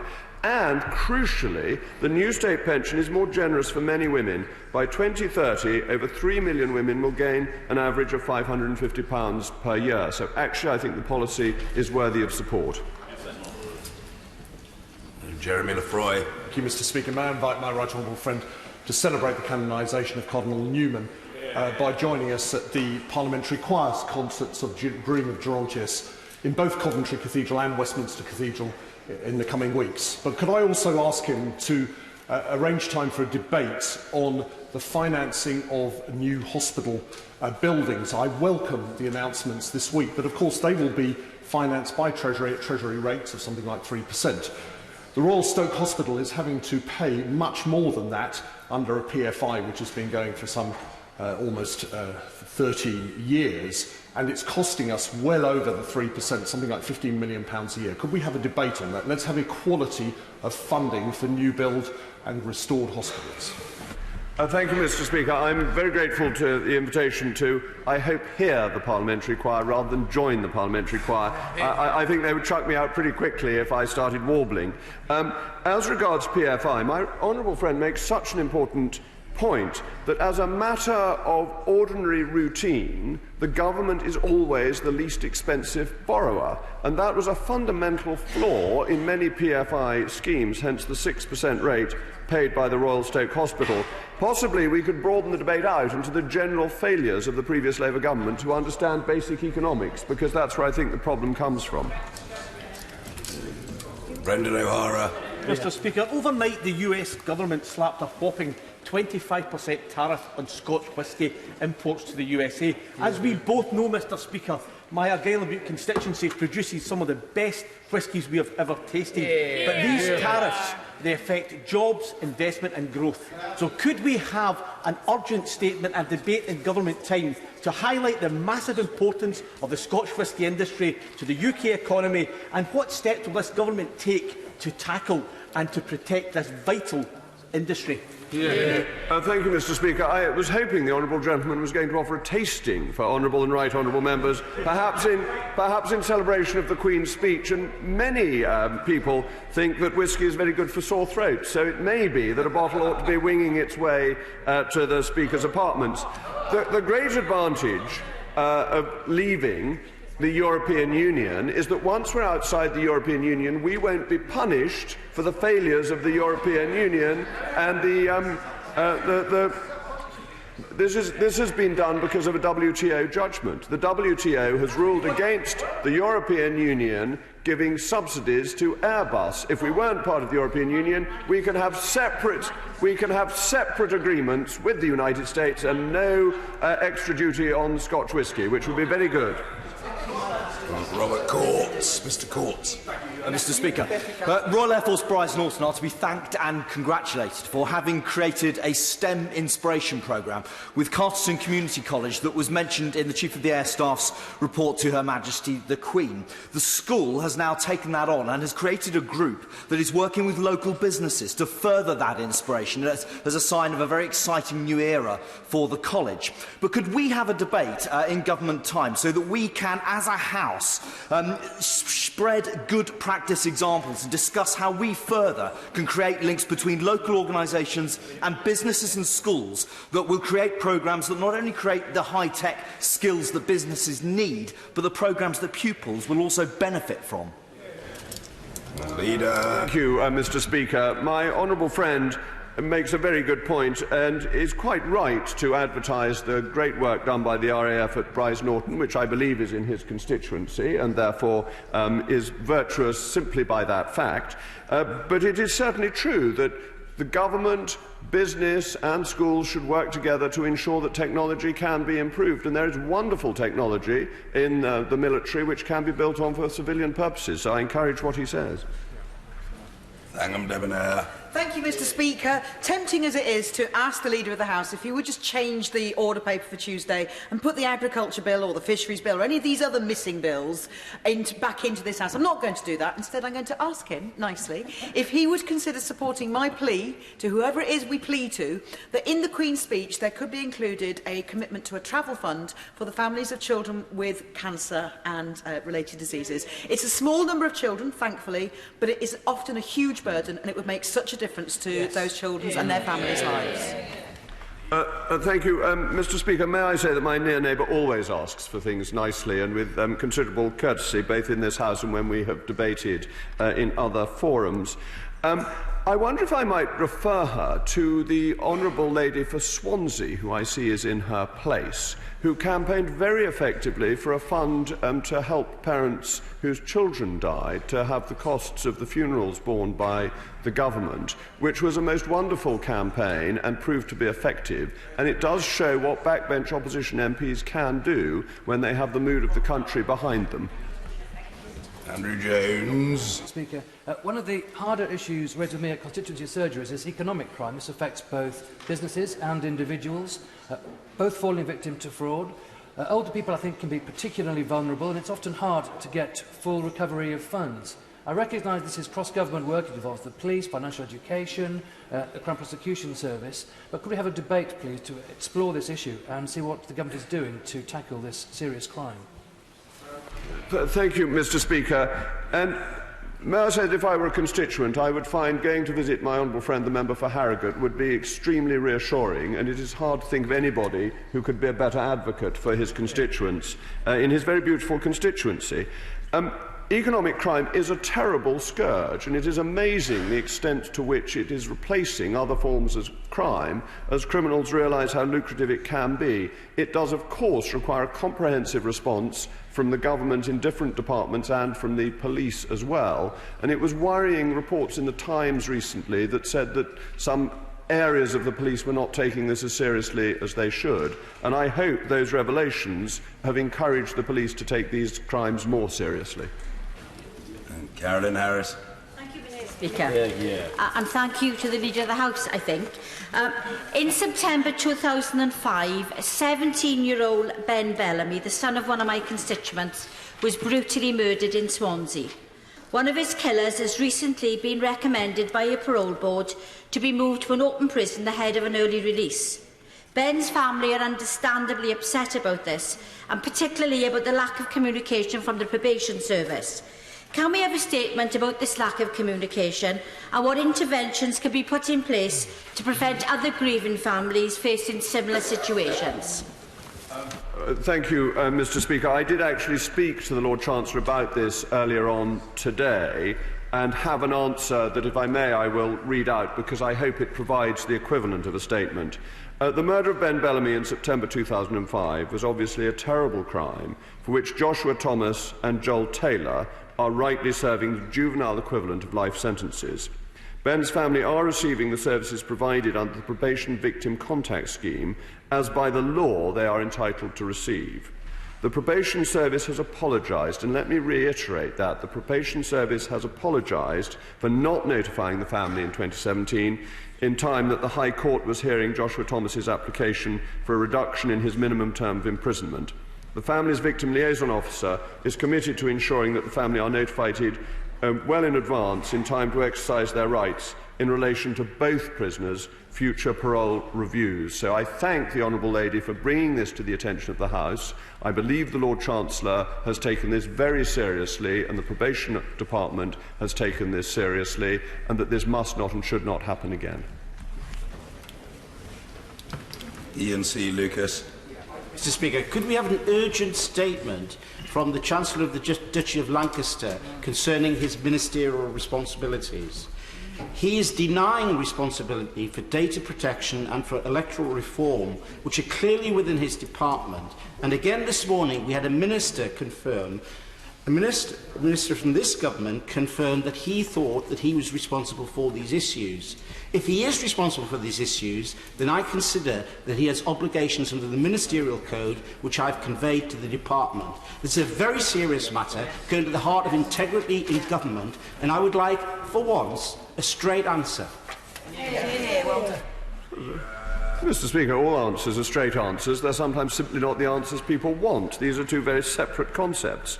The Chancellor of the Duchy of Lancaster has his specific responsibilities, and periodically the government produces a list of ministerial responsibilities. That has been asked for by my office on behalf of the House of Commons, and we will ask for it again, and we will release it to the House when that is available.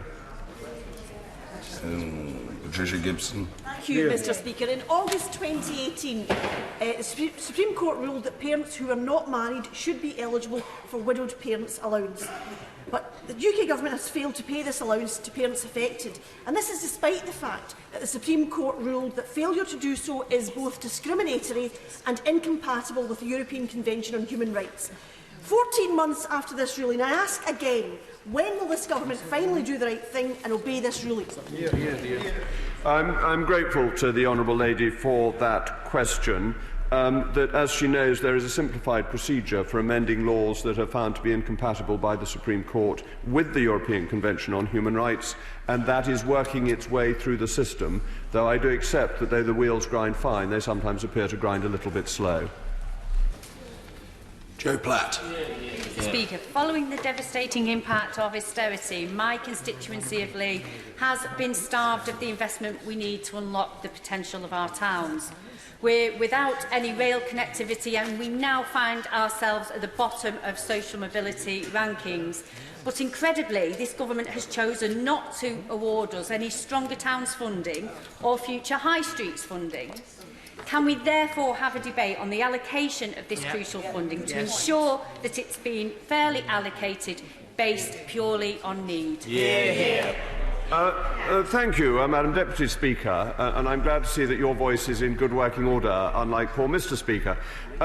The allocation of funding is always done properly. There are very tight regulations to ensure that this is done, so I can assure the Honourable Lady that everything was done with propriety, but I would encourage her to keep on arguing for facilities and funding for her town. That is what we are here to do as constituency MPs. We are here to argue the case for our areas, and I'm sure she will continue to do that. Hugh Hendry. Madam Deputy Speaker, I met with Citizens Advice in Macmillan, and they tell me that there are extreme difficulties for the terminally ill over explicit consent for accessing universal credit. They're being ignored by this government, and it prevents them from providing vital support. So can we have a debate in government time on why the DWP allows implicit consent for other services, but not for the dying on universal credit? Look, Madam Deputy Speaker, the honourable gentleman makes a point that has to be looked into, that every possible facility should be given to those who are terminally ill, and every pathway should be cleared for them so that they can receive what they are entitled to. I will take this up with the DWP, and I will write to the honourable gentleman and see exactly what the situation is, and hope that if it is as he says, it will be improved. Kate Green. May we have a statement on progress in introducing the parking code? ESPL, which operates a car park in my constituency, is notorious for its punitive treatment of motorists, and I, its industry umbrella body, and the landowner seem powerless to do anything about it. Could the Leader of the House arrange for an urgent update on this matter? Thank you, Madam Deputy Speaker. I think my right honourable friend, the member for Yorkshire East, who was here a moment ago, introduced a private member's bill on parking, and I have a feeling I put my name to it when I was still a backbench MP. So the honourable lady can understand that I share the concern that she has about this and about the way some of these companies behave. So what she is saying is unquestionably important. I can't promise her a debate, but she may want to raise it again, as I said, in other matters, in relation to other matters, in the Queen's speech. Jim Cunningham. Very much, Madam Deputy Speaker. Can we have a date as promised by the Speaker of the House to bring forward the proposals for private hire taxes and taxes in general terms? I'm told by the government that the legislation is available. We've been waiting for months now to get a date for that. Can we have a date and have a debate on it? Thank you, Madam Deputy Speaker. Because prorogation is now going to be on Tuesday, I can't promise any debates in this session of Parliament, but we will have a new session coming up. We will have, obviously, the Queen's speech, and we will have new business statements coming. So what the honourable gentleman has said has been heard and will be borne in mind both by me and no doubt by the Backbench Business Committee. Cat Smith. As the longest parliamentary session draws to a close, the government has had plenty of time to pass its bills through this place, and I'm reminded that on the 25th of July I asked the Leader of the House the whereabouts of the Fisheries Bill, and he reassured me. He said, all will be well. All is not well, Madam Deputy Speaker. It's the Fisheries Bill, the Agriculture Bill, the Immigration Bill, all these bills which will fall. So my question to the Leader of the House is this: how many bills will be falling next week? Well, any bill that has not received royal assent by the time of the prorogation will fall. That is simple constitutional position. But what I would say to the honourable lady, it is the government's view that all primary legislation that is needed to leave the European Union on the 31st of October is on the statute book, unless we have to have a bill implementing a deal, which it now looks as if such a deal may be achieved, in which case I expect that may be mentioned in the Queen's speech without giving too much away. Sweeney. Thank you, Madam Deputy Speaker. 49% of Glaswegians own a car, so it means that the citizens of my constituency are disproportionately reliant on public transport, which is effectively in a monopoly control of a private company called First Group, which have been responsible for cutting hundreds of route miles across the city whilst hiking fares and benefiting from generous public subsidy. So would the Leader of the House consider calling a debate in the new Parliament, or indeed including it in his Queen's speech provision, for a debate on the municipalisation of our public transport system, and particularly extending public control back over our municipal bus services, and indeed advancing Labour's proposals for a universal free bus service to ensure that people have a proper quality of life and can access jobs and services that are otherwise denied to them because of punitive measures by a private profiteering bus company like First? Thank you, Madam Deputy Speaker. I think we may be trespassing on devolved issues, so perhaps the honourable gentleman is calling for a wider debate on the competence of how the SNP run Scotland and how they ensure that public money is spent efficiently and effectively, because the British, the London, Westminster government is doing a great deal to improve public transport for buses and trains. £48 billion, I think, is going to be spent on the rail network, and more money for buses. So I think it's really a matter of devolution and the competence of the SNP. Mr. Speaker, transitional arrangements for those in receipt of severe disability premium who are wrongly transferred from employment support allowance to universal credit has left them worse off. And this includes a number of my constituents who are very severely disabled. So can we have an urgent statement on Monday or Tuesday of next week before prorogation from the Secretary of State for Work and Pensions about what she is doing to resolve this terrible situation? Thank you, Mr. Speaker. The honourable lady raises an important point, and it's something that many of us in our constituency surgeries have seen, and I know that the DWP is working on it to ensure that it is put right. In the time available, I can't promise a statement. Gareth Thomas. Thank you, Mr. Speaker. On Sunday, a vigil will take place outside Downing Street in memory of children who lost their lives or who disappeared at the end of the conflict in Sri Lanka in May 2009. Could we have a statement from the Foreign Office on whether they will ever apply serious pressure to the Sri Lankan government to allow an international investigation into the very serious allegations of war crimes and grotesque human rights abuses that have dogged Sri Lanka ever since the end of that conflict? Mr. Speaker, I am in the happy position on this occasion of being the ventriloquist's dummy, because my right honourable friend, the Foreign Secretary, was sitting next to me, and I was able to ask him briefly what his view is, and of course the Foreign Office will take this incredibly seriously and will look into it. Mr. Ian Matheson. Thank you, Mr. Speaker. We were told by every leading climate scientist in the world that we only had 12 years to act to stop climate change. Unfortunately, that was almost a year ago, and the clock is ticking. So would it be a good idea for the government to schedule in, perhaps at most quarterly, perhaps either a statement or a debate, so that this House can monitor and expedite progress towards achieving our aims of decarbonisation? Well, again, I continue to be the ventriloquist's dummy, because the Secretary of State is sitting on my other side and has said we will be doing it much more frequently than that. So I'm pleased to bring good news to the House. Gavin Newlands. Mr Speaker, my constituent is among the 2 million recipients of PIP whose case is scheduled to be reviewed as part of the LEAP exercise following the government's defeat in the courts on the treatment of people with mental health conditions. Without my office's intervention, his case would still be sitting in a huge pending pile, potentially for up to 2 years, with no information when his review would be carried out. So can we have a debate, or indeed action, in the Queen's speech on the lack of resources made available to DWP to comply with the court's decision, and is this yet more evidence of the government's cavalier attitude to complying with court judgments? Mr Speaker, not at all. The government always complies with court rulings, and the DWP will do that as always. You get me. Minister, it has been reported that Royal Mail is looking to recruit a director to run its UK operations. I would suggest the next director must stand with the postal workers to protect jobs, terms and conditions, and oppose the selling off of Parcel Force. Does the Leader of the House agree? And will he ask the Minister of the House to make a statement to this effect about selling off Parcel Force? Mr Speaker, I'm afraid I think that private companies must make their own decisions. Jones.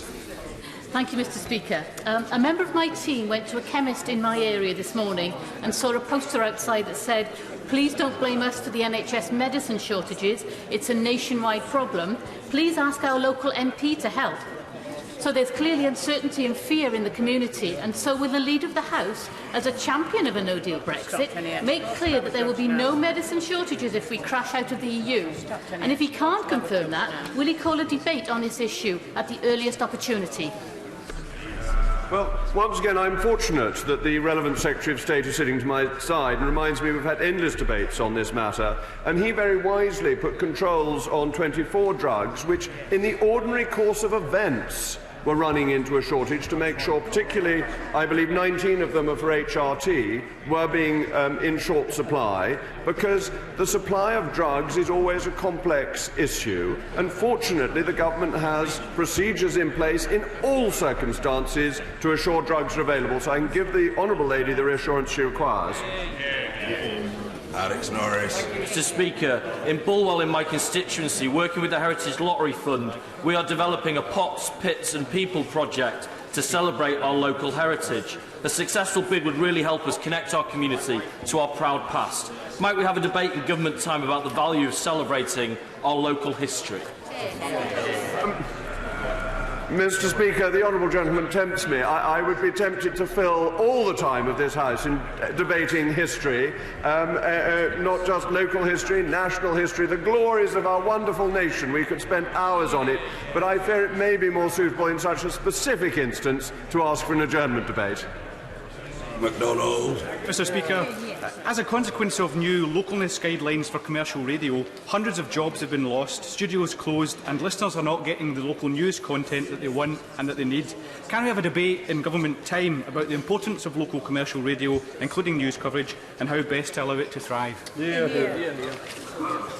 Mr Speaker, I think the issue with things that are commercial is that they're commercial and they will do well if what they provide commercially is successful. Thank you.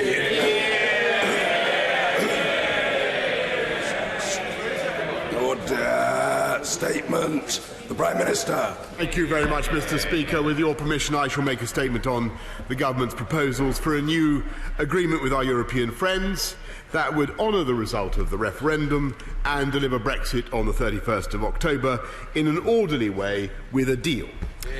This Government's objective has always been to leave with a deal, and these constructive and reasonable proposals show our seriousness of purpose.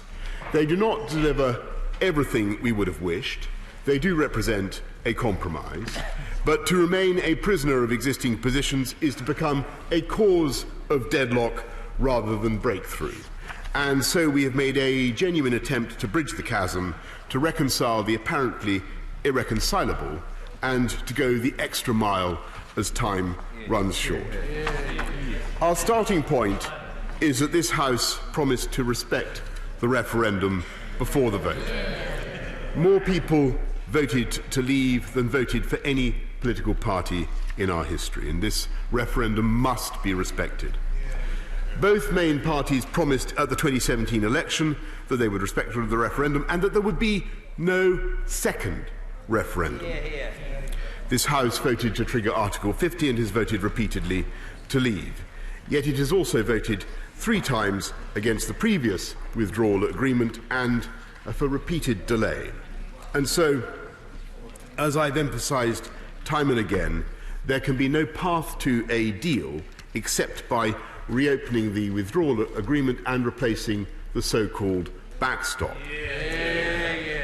While, as I stand here today, we are some way from a resolution, it is to the credit of our European friends that they have accepted the need to address these issues. And I welcome the constructive calls I've had over the last 24 hours, including with President Juncker, Chancellor Merkel and Taoiseach Varadkar.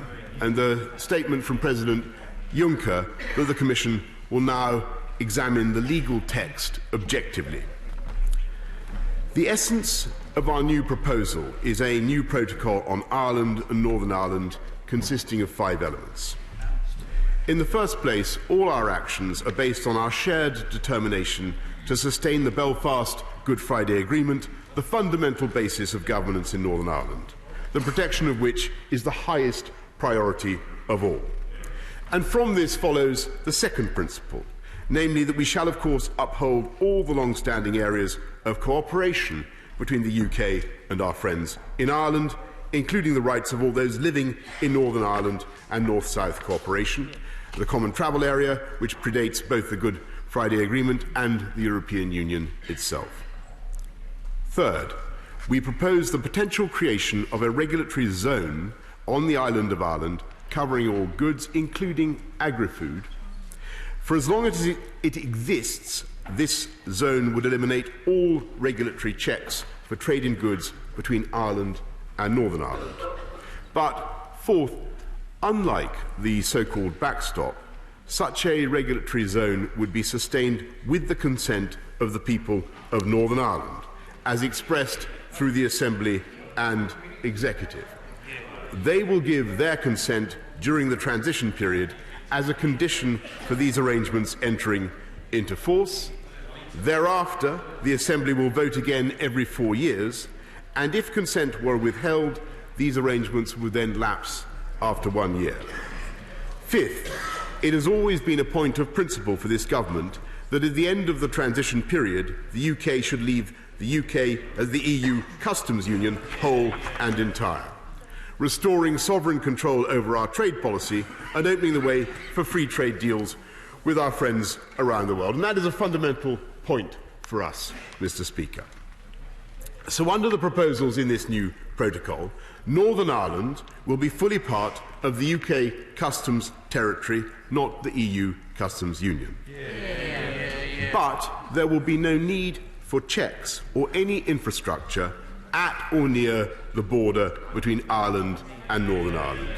Indeed, I have already given a guarantee that the UK government will never conduct checks at the border, and we believe that the EU should do the same. So there is absolute clarity on that point. Instead, under this new protocol, all customs checks between Northern Ireland and Ireland would take place either electronically or, in the small number of cases where physical checks would be necessary, they would happen at traders' premises or at other points in the supply chain. We have put forward a method for achieving this based on improving and simplifying existing rules, trusting certain traders, and strengthening our cooperation with Ireland in a spirit of friendship and sensitivity to the particular circumstances. So, while these proposals will mean changes from the situation that prevails today in Ireland and Northern Ireland, it is their driving purpose to minimise any disruption. And in order to support the transition further, we propose a new deal for Northern Ireland that will boost economic growth and competitiveness and set in train new infrastructure, particularly with a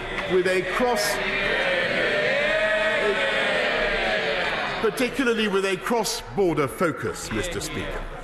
Mr. Speaker, the previous withdrawal agreement and political declaration would have permanently anchored the UK within the orbit of EU regulation and customs arrangements, and an indefinite so-called backstop provided a bridge to that vision of the future.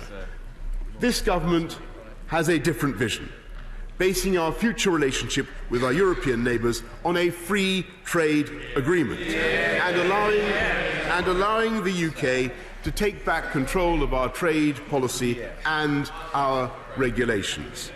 And we propose to amend the political declaration to reflect this ambition. Our proposal should now provide the basis for rapid negotiations towards a solution in the short time that remains. I do not for one moment resile from the fact that we have shown great flexibility in the interests of reaching an accommodation with our European friends and achieving the resolution for which we all yearn.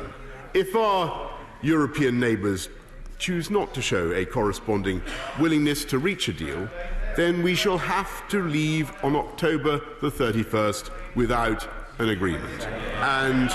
And we are ready to do so. But that outcome would be a failure of statecraft for which all parties would be held responsible. When I think of the conflicts that have racked Europe in the past, of the immense challenges that we have together surmounted, of the 74 years of peace and prosperity that we have together achieved, I believe that surely we can summon the collective will to reach a new agreement. Mr. Speaker, this government has moved.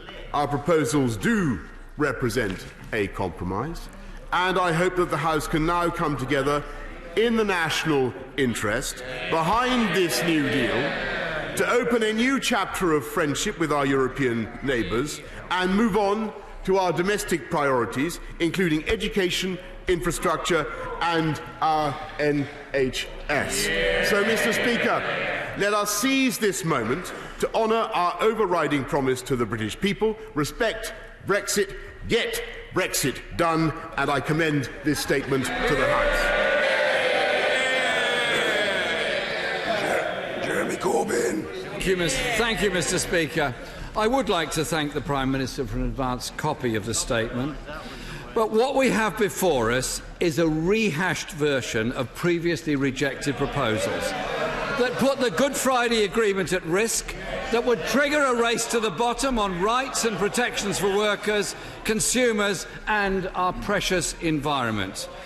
Given the seriousness of this issue and the vagueness of the proposals so far, can the Prime Minister tell this House if and when he plans to publish the full legal text that he must submit to the EU? These proposals would lead to an even worse deal than that agreed by the former Prime Minister.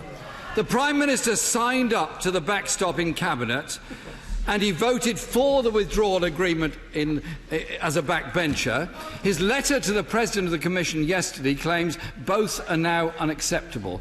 Perhaps he can tell us what has changed. Why did he support it then but oppose it now?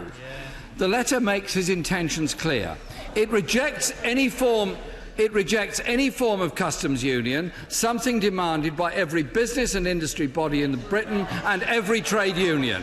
They want to ditch EU standards on workers' rights, environmental regulations and consumer standards and engage in a race to the bottom. Deal or no deal, Mr. Speaker, this government's agenda is clear. They want a Trump deal Brexit. A Trump deal Brexit that would crash our economy and rip away the standards that put a floor under people's rights at work, that protect our environment and protect our consumers. No Labour MP could support such a reckless deal that would be used as a springboard to attack rights and standards in this country. The truth is that after 3 years, this government still hasn't found an answer to solving the issue of the Irish border and the Good Friday Agreement. Where once the government was committed to having no border in Ireland, they're now proposing 2 borders in Ireland. Ripping up the UK-EU joint report from December 2017. So can the Prime Minister confirm the government has now abandoned their commitment to the people of Northern Ireland that they would ensure there is no physical infrastructure or related checks and controls on the island of Ireland? I'm sorry, I'm only quoting what the government said. Mr. Speaker, while EU leaders have been lukewarm, the response from businesses in Northern Ireland has been very stark. Glyn Robert, the head of Retail Northern Ireland, said the proposal would lead to north-south tariffs with, I quote, huge negative impacts on farmers and the agri-food sector. He went on to say, and I quote, it would also mean two borders requiring renewal after 4 years, surveillance in border communities without their consent, and checks north-south and west-east. Tina McKenzie, the chair of the Federation of Small Businesses for Northern Ireland, was absolutely clear. She said, all the promises of unfettered access have been abandoned. Northern Ireland is a small business economy, and this is the death knell for some of those businesses. Mr. Speaker, these plans are simply unworkable. Mr. Speaker, for what we have before us is not a serious proposal to break the deadlock. Instead, these proposals are nothing more than a cynical attempt by the Prime Minister to shift the blame for his failure to deliver. We can only conclude his political adviser was telling the truth when he called the negotiations with the EU a sham. So can the Prime Minister give a clear answer to one question? If he doesn't get a deal at the October Council Summit, will he abide by the law of this country, the EU Withdrawal No. 2 Act, and request an extension to avoid a disastrous no deal? Mr. Speaker, the government's proposals are neither serious nor credible. Labour consulted with UK industry, businesses and unions on the need for a comprehensive customs union, close single market alignment and robust protection for workers' rights and environmental standards. We need an extension for serious negotiations towards the sort of deal that Labour has set out. And then let the people decide, leave with a sensible deal or remain. The current proposals would damage the whole UK economy, and the Northern Irish economy especially, and would undermine the Good Friday Agreement. They would lead to a race to the bottom on workers' rights, environmental rights, and strip back even the limited protections his predecessor had agreed to. Instead of spending the last few months building consensus in Parliament and across the EU, the Prime Minister has put forward proposals he knows won't be acceptable either in Brussels or Westminster, and that would damage the UK's industry, people's jobs and living standards. Mr. Speaker, the only people who won't suffer are the Prime Minister's hedge fund donors who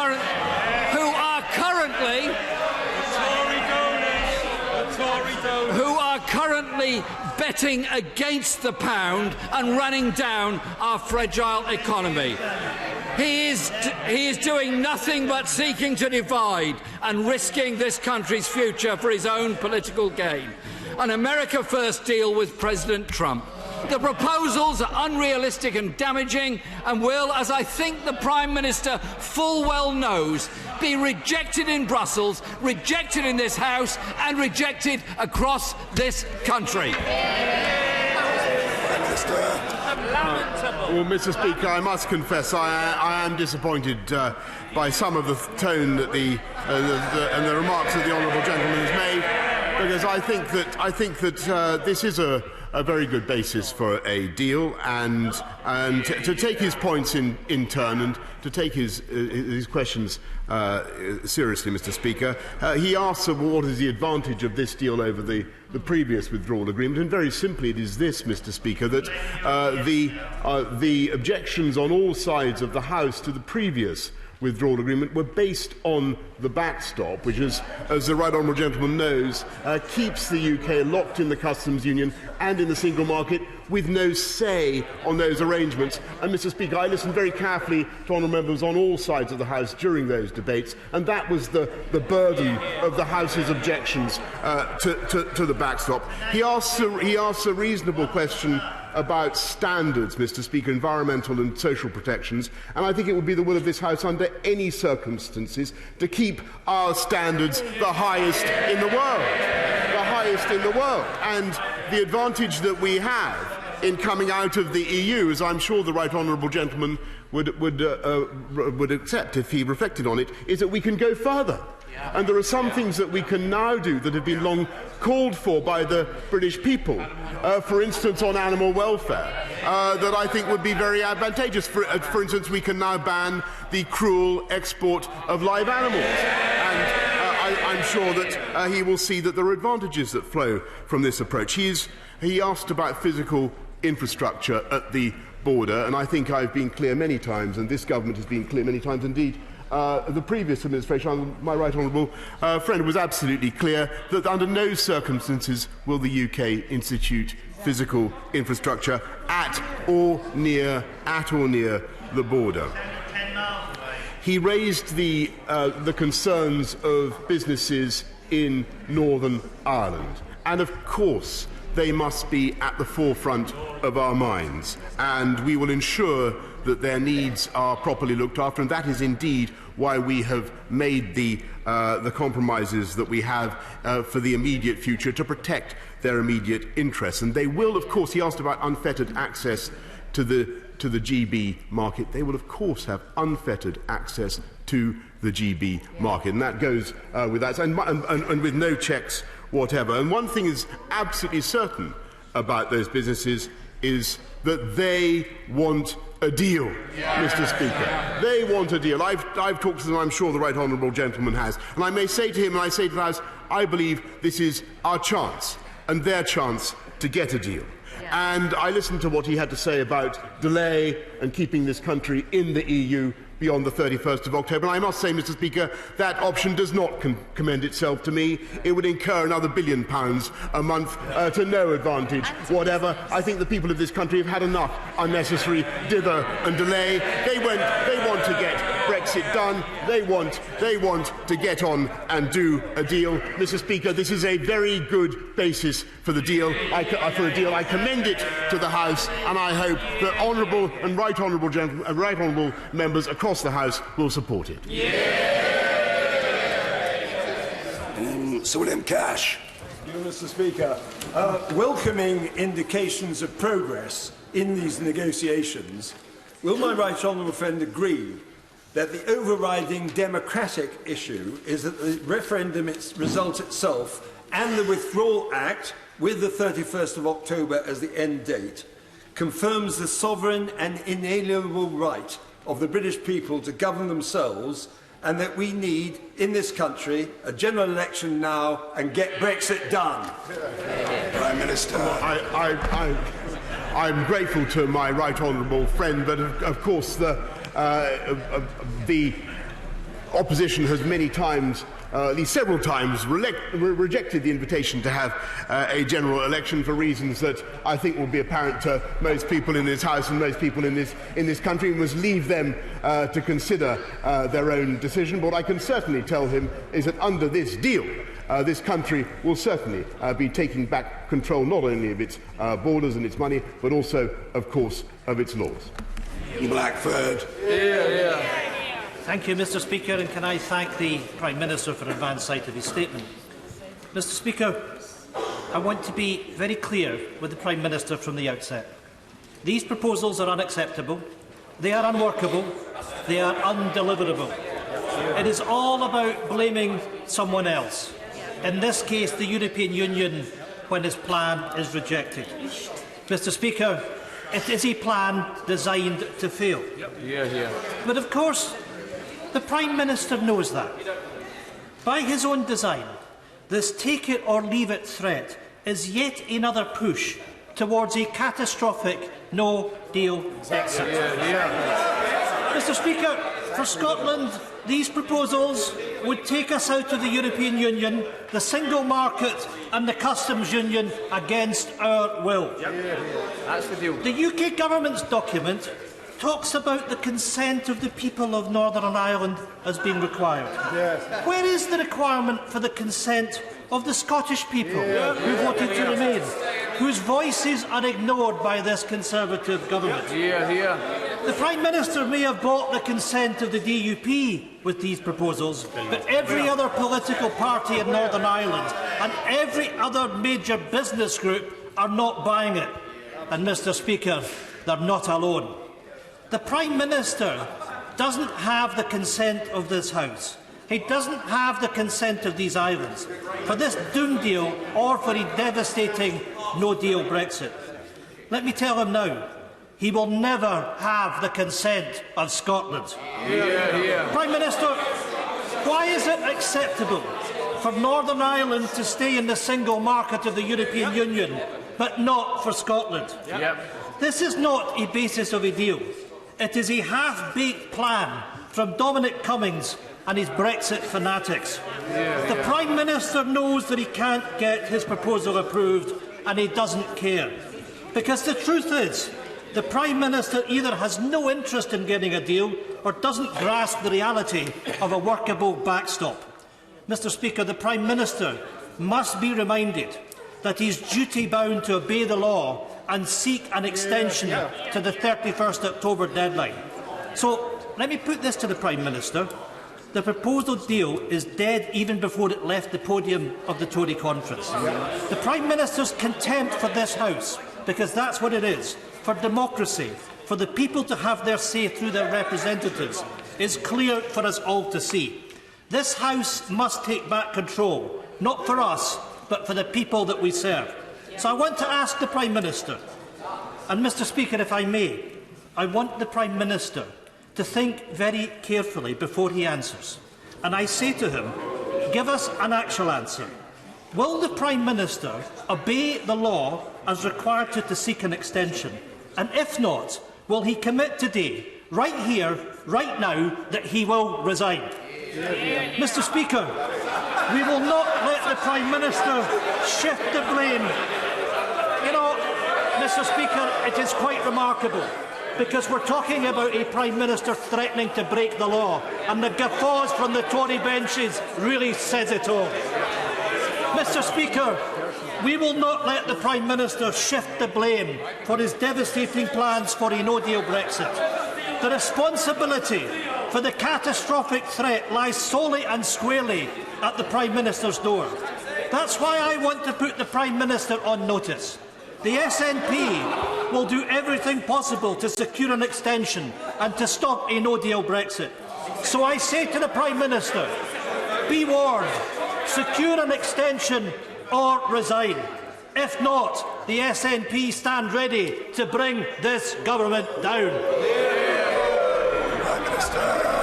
Well, Mr. Speaker, I would just briefly, again, I must say I'm slightly disappointed by the tone the right honourable journalist has taken. I would remind him that the people of Scotland voted to remain in the UK and in the UK single market. The best way, if he wishes to avoid a no-deal outcome, and I respectfully suggest to him the best way to avoid that would be to vote for a deal that we secure. And I think that these proposals do amount to a very good basis for a deal.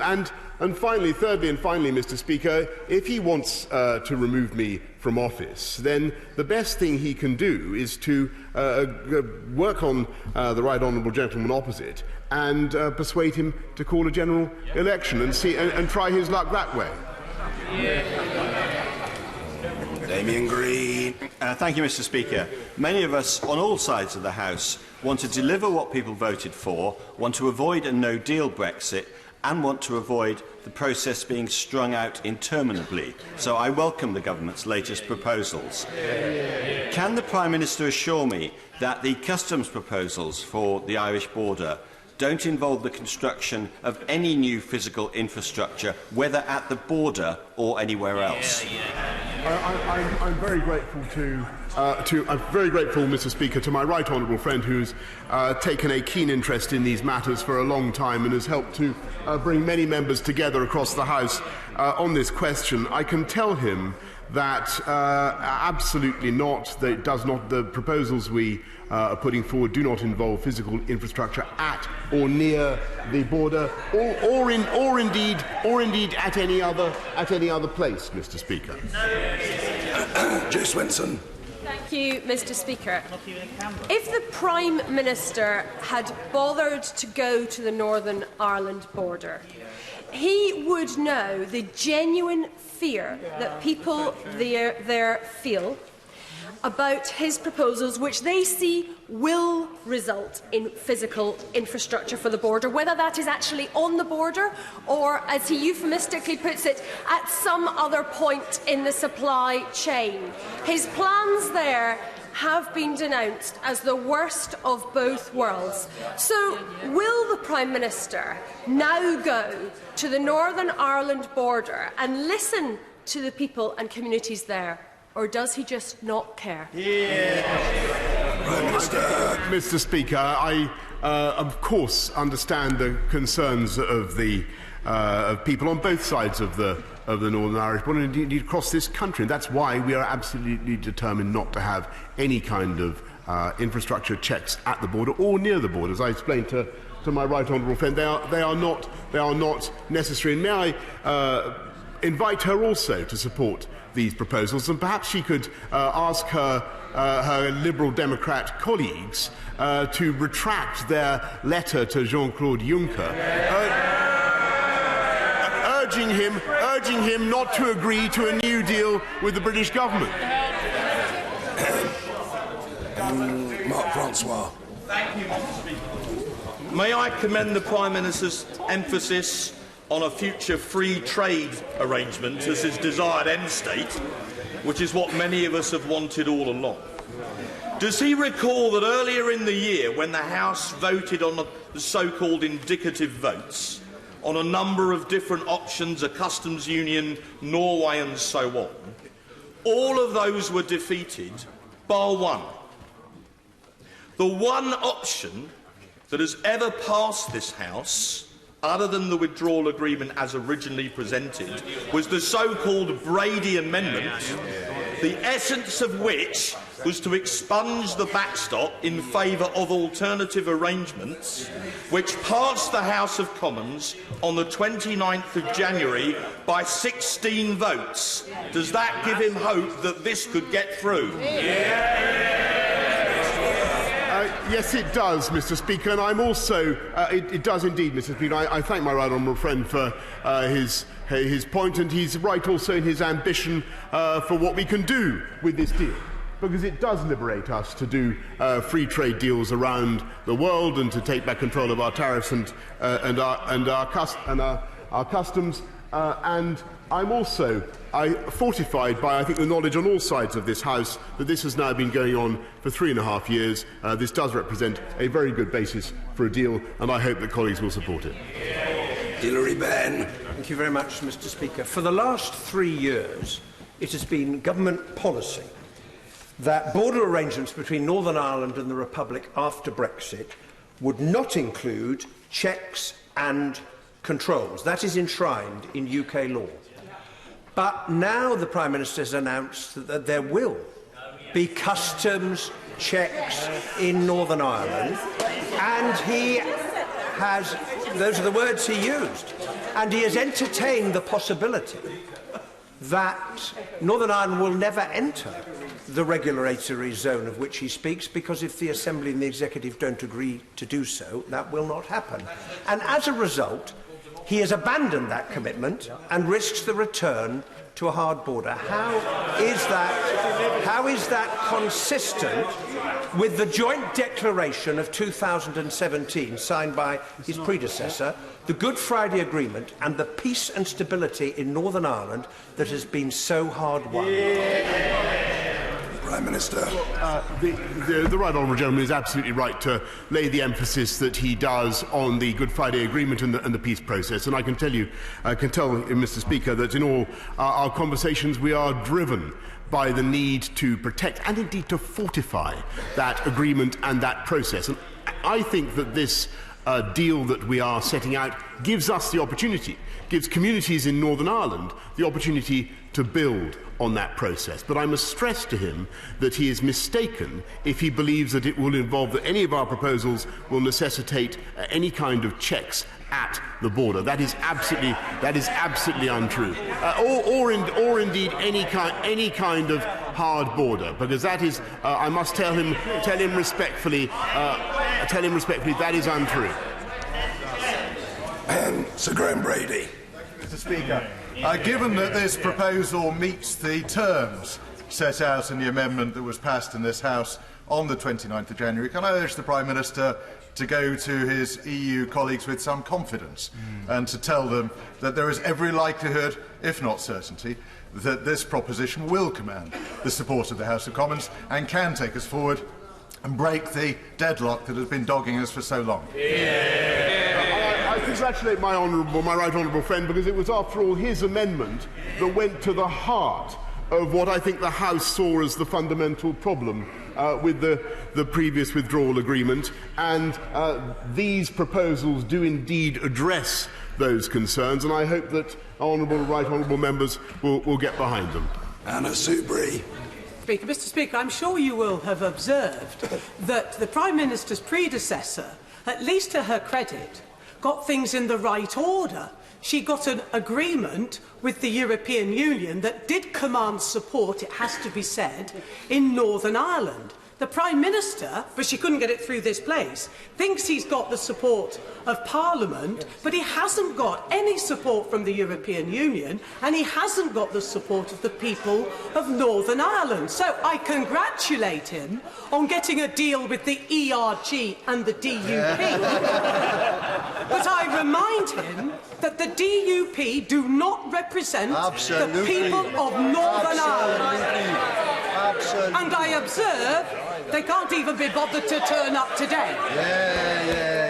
Could the Prime Minister confirm that not one single other political party or any organisation in Northern Ireland supports his con of a so-called deal? Mr. Speaker, I'm not sure I was expecting support from the right honourable lady this afternoon, but I had hoped that she would see the advantages of what we're proposing. I do think that it offers a way forward both for the UK and for Ireland and for all communities in Northern Ireland, and it offers security and stability, and above all, it protects the Good Friday process and a frictionless border. So I hope that it will have her support, Mr. Speaker. Philip Davis. Thank you, Mr. Speaker. When I launched the Better Off Out group in Parliament back in 2006, I could always rely on the now leader of the Labour Party. I could rely on him to vote for my proposals in the voting logs. I'm sorry he's now ditched the only popular policy he ever believed in.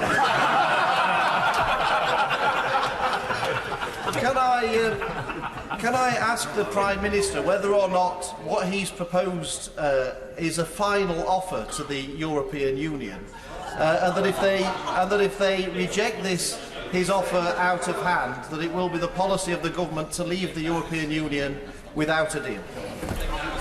Yes, well, my honourable friend is absolutely right, and I cannot account for the unaccountable. I can't account for the right honourable gentleman opposite's change of mind on the EU, except he seems to have been captured, as I've observed before, by some of his colleagues. But I can certainly confirm to my honourable friend that we will be leaving on October the 31st, deal or no deal. Lady Herman. Thank you very much indeed, Mr. Speaker. The Prime Minister's proposals prove quite clearly that he does not understand Northern Ireland.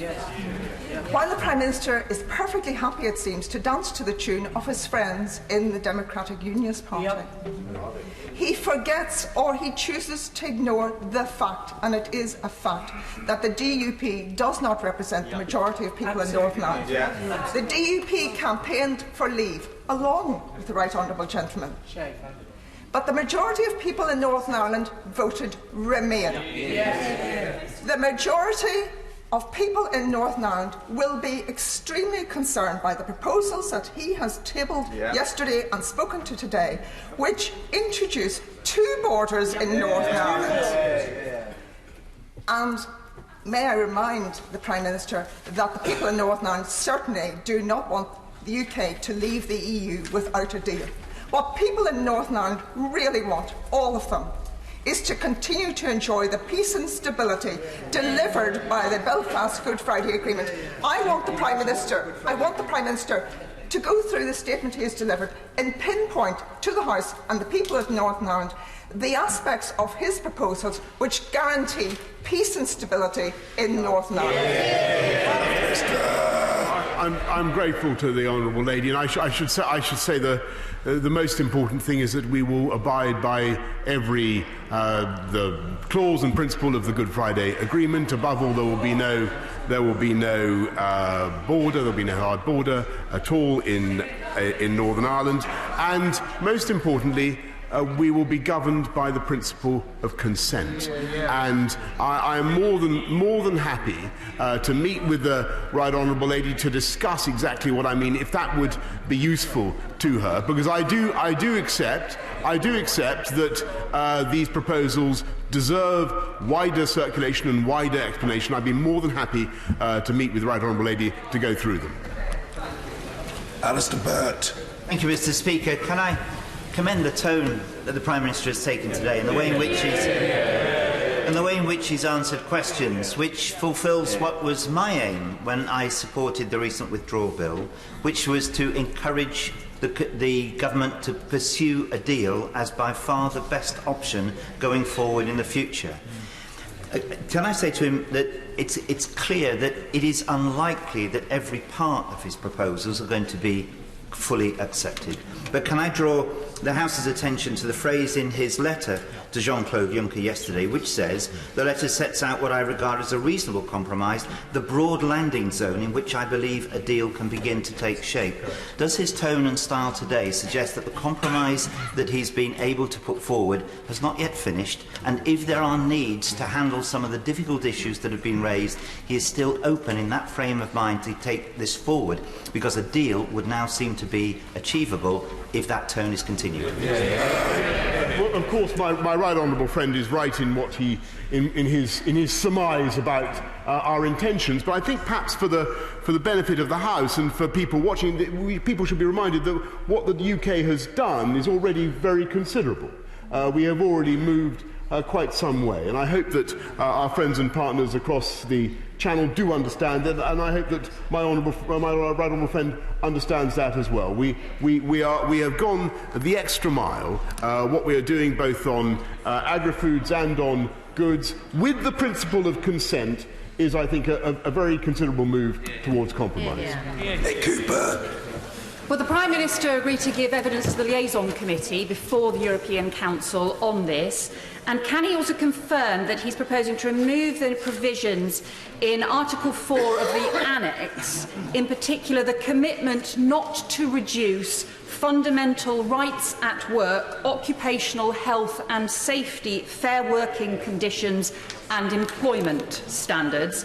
So can he confirm that, far from increasing workers' rights and the protection from workers' rights, as many on this side have urged him to do, he is in fact proposing to reduce the protection for workers' rights and making it easier for Conservative governments to do what they've always done and cut workers' rights?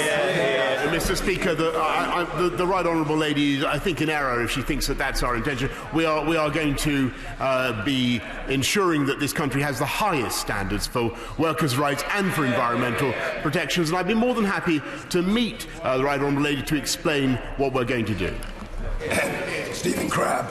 Thank you, Mr. Speaker. Can I commend the Prime Minister on the serious intent and effort that he's adopting with regards to these negotiations? He is proving many of his doubters wrong. And does he agree with me that the constructive tone that we heard overnight from EU counterparts stands in stark contrast to the tone adopted by the opposition? They continue to set their face against their own voters.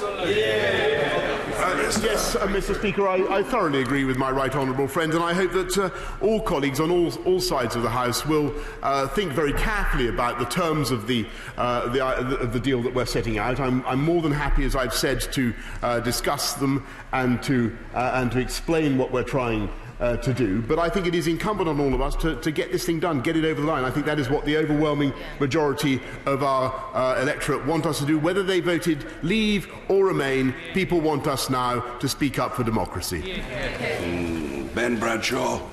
Breaking the Good Friday Agreement, risking 20 years of peace, creating 2 new hard borders and a smuggler's paradise in Northern Ireland, and scrapping all of the labour regulations, environmental standards and other standards in the rest of the United Kingdom. This is nothing like what he peddled to the voters in 2016, is it? So why is he scared of putting this back to the people for their consent in a referendum? Mr. Speaker, I think that is... I don't wish to be unnecessarily adversarial today, but it seems a satirical thing for the party opposite, the gentleman opposite, to say when that party is refusing to concede to a general election. We are very happy with. I'm very happy to discuss these ideas with the honourable gentleman. They in no way correspond to the caricature that he just put to the House. This is a very serious way forward, and it gives this country the opportunity to improve our environmental and social welfare standards. James Brokenshire. Thank you very much, Mr. Speaker, and I commend my right honourable friend on his clear intent to securing that we leave with a deal on the 31st of October. He has set out a detailed and considered proposal, and despite the protestations of the party opposite, I hope that the EU will engage with them constructively. In this context, he will feel as keenly as I do the continuing absence of a fully functioning Northern Ireland executive. What further steps will he take to get Stormont back up and running? And what assurance can he give to the people of Northern Ireland on the absolute need for political decision-making in its absence? Prime Minister. My right honourable friend has a wealth of experience in this matter and did a huge amount of good both for Northern Ireland and in the cause of trying to get Stormont up and running again. Clearly what this deal would offer is the opportunity for the Executive and Assembly of Northern Ireland, the people of Northern Ireland, to have even more of a say in their own destiny. And in that sense, it takes forward and builds on the peace process, one of the great achievements of the last 30 years. So I think that it is full of hope for the people of Northern Ireland, but in my view it gives them an extra incentive to get Stormont up and running, and I can assure him that we are working very hard to do just that. Rangfield. May I welcome the Prime Minister's statement? May we have a vote on it before he goes to the European Summit? And would he, in the political declaration, affirm what he said to the House, that this country will be a leader in protecting workers' rights, consumer rights and the environment? Yes, well, I'm really grateful to my right honourable friend, and I hope that he speaks for many colleagues across the House in wanting to get this thing forward. I will reflect on what he said about having a vote on it. I think it'd probably be better to get a deal first. I'm confident that we can get one, and I hope it will command the support of us. And I can certainly reassure him on his point about standards for workers' rights and for the environment. It is the intention of this government to go higher still. David Gork. The publication of specific proposals to deal with the backstop is to be welcomed. The Prime Minister's commitment to not having physical infrastructure in Northern Ireland or the Republic of Ireland is also to be welcomed, and the Prime Minister's commitment to the Good Friday Agreement is to be welcomed. But could the Prime Minister say a little bit more about what obligations he believes we have under the Good Friday Agreement to ensure that not only is there no physical infrastructure, but that goods can flow freely between the Republic of Ireland and Northern Ireland? Yeah. Well, I'm grateful to my right honourable friend, and of course what this offer does is take one step further in, by consent, having regulatory alignment for goods as well, so obviating, Mr. Speaker, the need for checks on perhaps 30% of the traffic north-south, in addition to the 30% that we've already achieved by sanitary and phytosanitary alignment, always assuming that consent were to be granted, if he understands me. Dr. Sarah Wollaston. Mr. Speaker, the principle of consent requires people to be able to weigh up the risks and the benefits of the actual deal as opposed to the promises that were made during the referendum.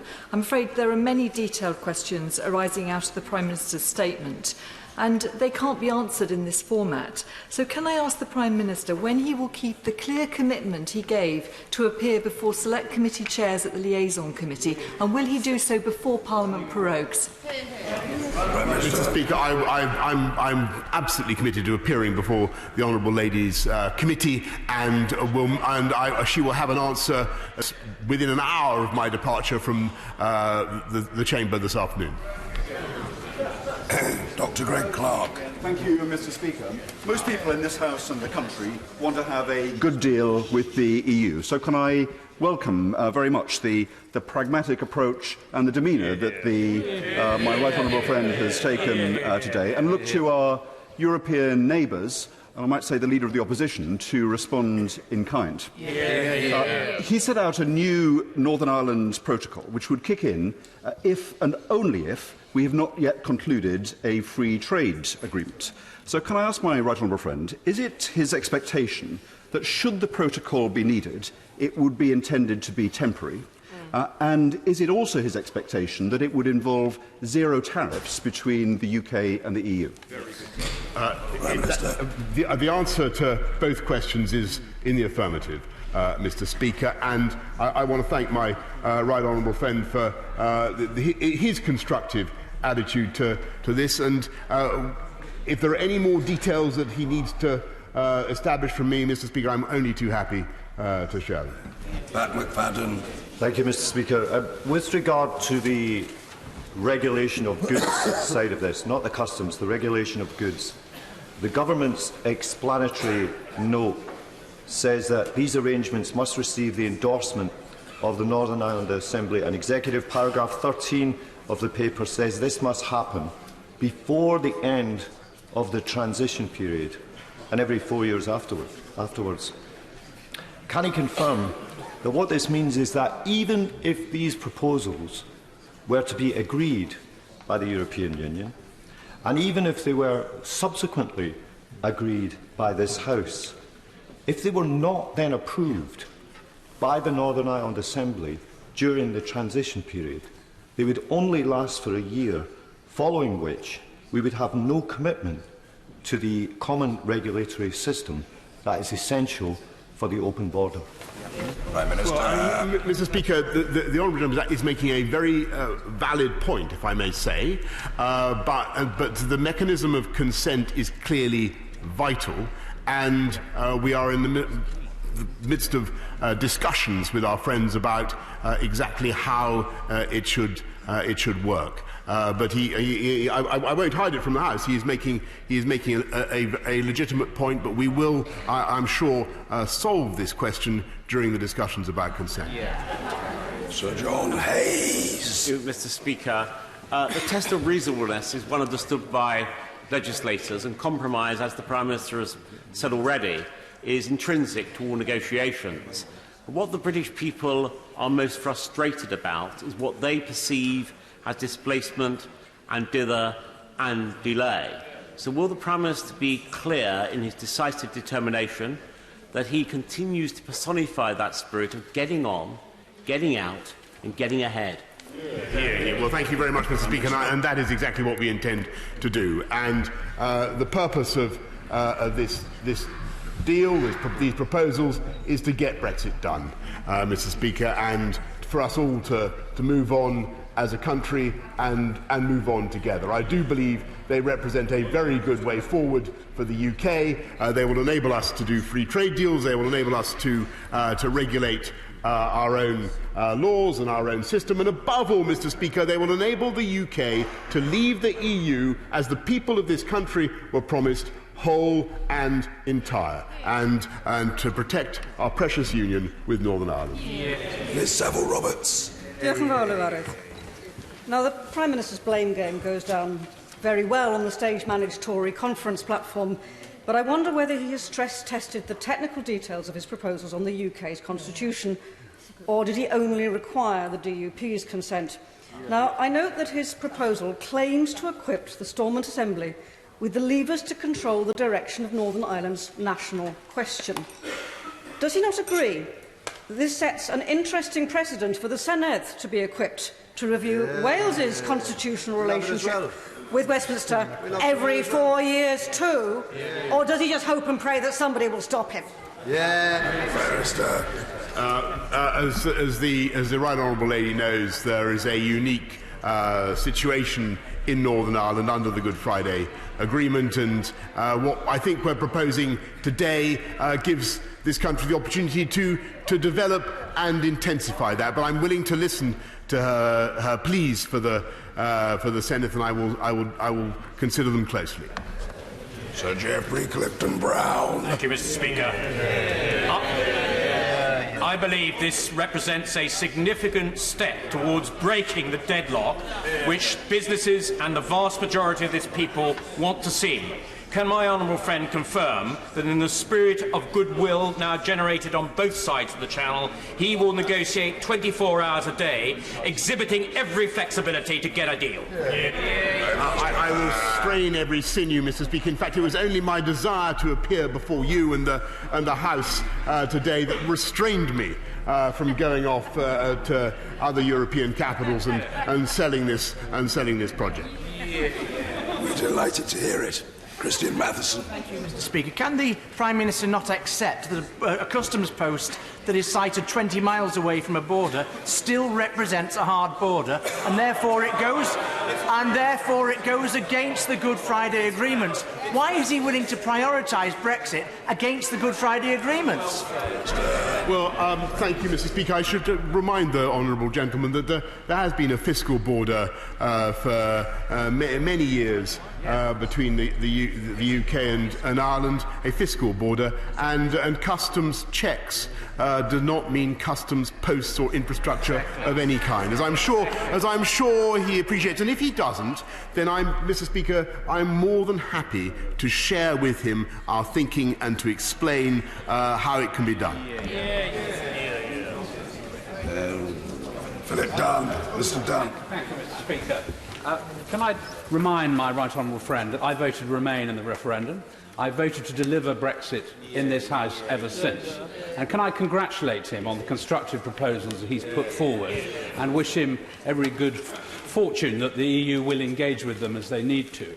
And can I remind the House, and perhaps he could confirm, that existing trade across the border in Northern Ireland takes place with different currencies, with different VAT rates, as he's just been elucidating, without the need for any physical infrastructure, and customs arrangements, following the excellent work done on the Alternative Arrangements Commission, can do the same. I thank my right honourable friend, and if I may say so, I think he speaks with the voice of common sense and pragmatic understanding of the realities that obtain, but also the right measure of optimism about what we can achieve. Thank you, and I thank him very much. Patricia Gibson. Mr. Speaker, I'm sure that the House like me, is hugely impressed by the Prime Minister's attempts to avoid an Irish border, and this resulted in him creating two borders. Clearly, he is not familiar with the contents of the Good Friday Agreement. Given that these proposals are doomed to fail on all counts, and as he seeks to blame the EU for his failure, will he confirm that if he cannot secure agreement, he will obey the law set out in the Benn Act, or instead will he have to die in a ditch? Mr.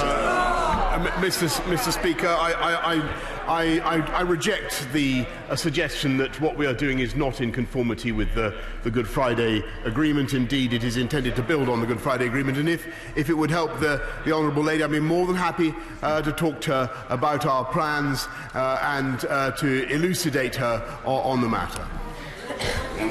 Steve Brine. Thank you, Mr. Speaker. On the 3rd of September, I asked the Prime Minister for some evidence of an emerging deal. You will remember it well. Last week I asked him again, and I thank him then for the outline of the detail that he gave in response to me.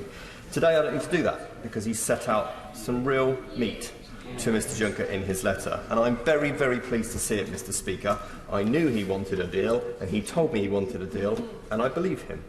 So can he confirm that consent in Northern Ireland lies at the heart of this over there, but more importantly, compromise over here in this House of Commons is at the heart of getting this done, and those who want to avoid no deal, like me, like him, need to now do the right thing and vote for a deal. I thank my honourable friend, for whom I have a high regard, and I well remember our conversation a few weeks ago, and I think he makes his point with great clarity and force, Mr. Speaker. Those who oppose a no-deal Brexit, and I appreciate the sincerity of the feelings of those who oppose a no-deal Brexit, they logically really should support this way forward, and I hope that they do. George Howarth. Mr. Speaker, as a former Northern Ireland Minister, I'm all too painfully aware of how fragile the arrangements are.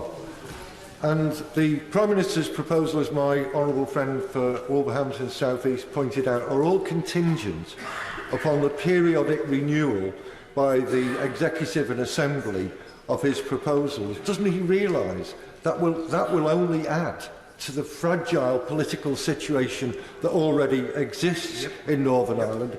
Isn't there a case to consider, given particularly that the Executive and Assembly aren't even up and running, putting the case directly to the people of Northern Ireland in the form of a referendum to see what they think about it? Well, Mr. Speaker, I'm not sure that referendums have a great history in our country recently of bringing people together. And if I may say so, I think what these proposals... I mean, I appreciate his, the right honourable gentleman's experience and the sincerity with which he approaches this subject.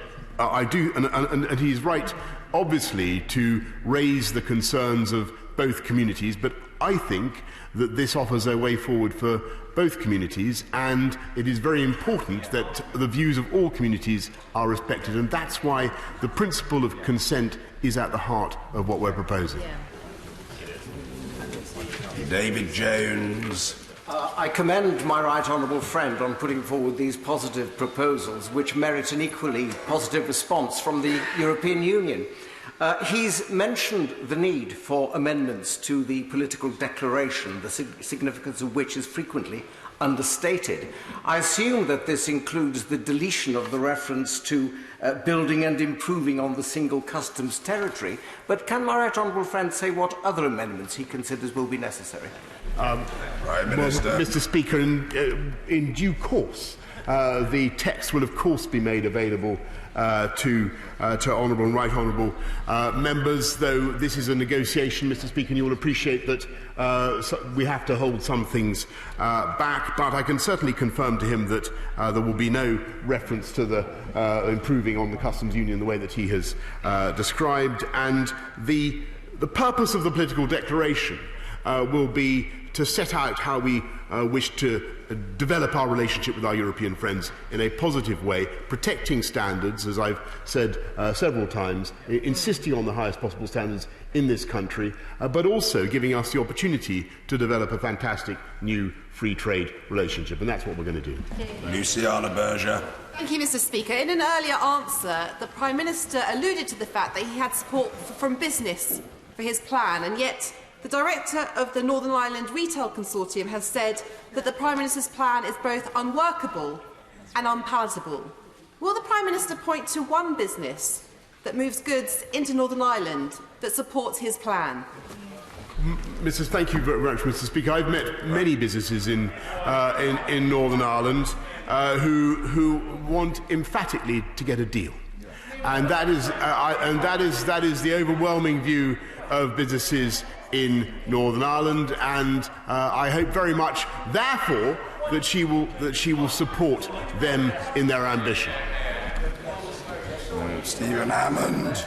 Thank you, Mr. Speaker. Can I, like my right honourable friends from Tunbridge Wells and North East Bedfordshire, can I say to the Prime Minister I warmly welcome the fact that proposals have been put down and the constructive tone in which he's undertaken proceedings this morning. I'm keen to understand some of the points of detail. So I understand there's going to be a change also to the political declaration of free trade arrangement zero tariffs. Can he then confirm that he intends that those zero tariffs, which will require some checks as well, will not be at the border and will be of a nature that will be of relatively de minimis? Yes. Yes, and not only that, Mr. Speaker, but I can confirm that there will be no checks, as it were, from NI to GB. And that's very important, I think, for the House to understand. Alison McGovern. Thank you, Mr. Speaker. The Prime Minister said some moments ago that the history of referenda in this country wasn't good, but can I just remind him that by 71% the Good Friday Agreement was passed by a referendum?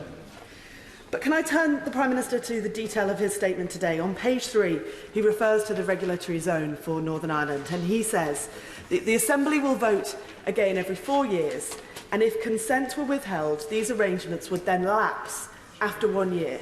Lapse back to what? Minister. Obviously, Mr. Speaker, the default position is that Northern Ireland is part of the UK, and part of the UK legal order and part of the UK customs territory, and will remain part of the UK's customs territory under any circumstances. What we're proposing is alignment on agri-foods and also on industrial goods, and that is to be done by consent. I think it offers a very attractive way forward, and I hope that the House will get behind it. Mr. Peter Bowe. Speaker, can I ask the Prime Minister a little bit more about the political declaration? Do I understand that it's going to be changed to say the UK and the EU will use the best endeavours to achieve a fantastic free trade agreement? But could I ask what would happen if we got to the end of the transition period, and when that end would be? What would then happen if there isn't a free trade agreement?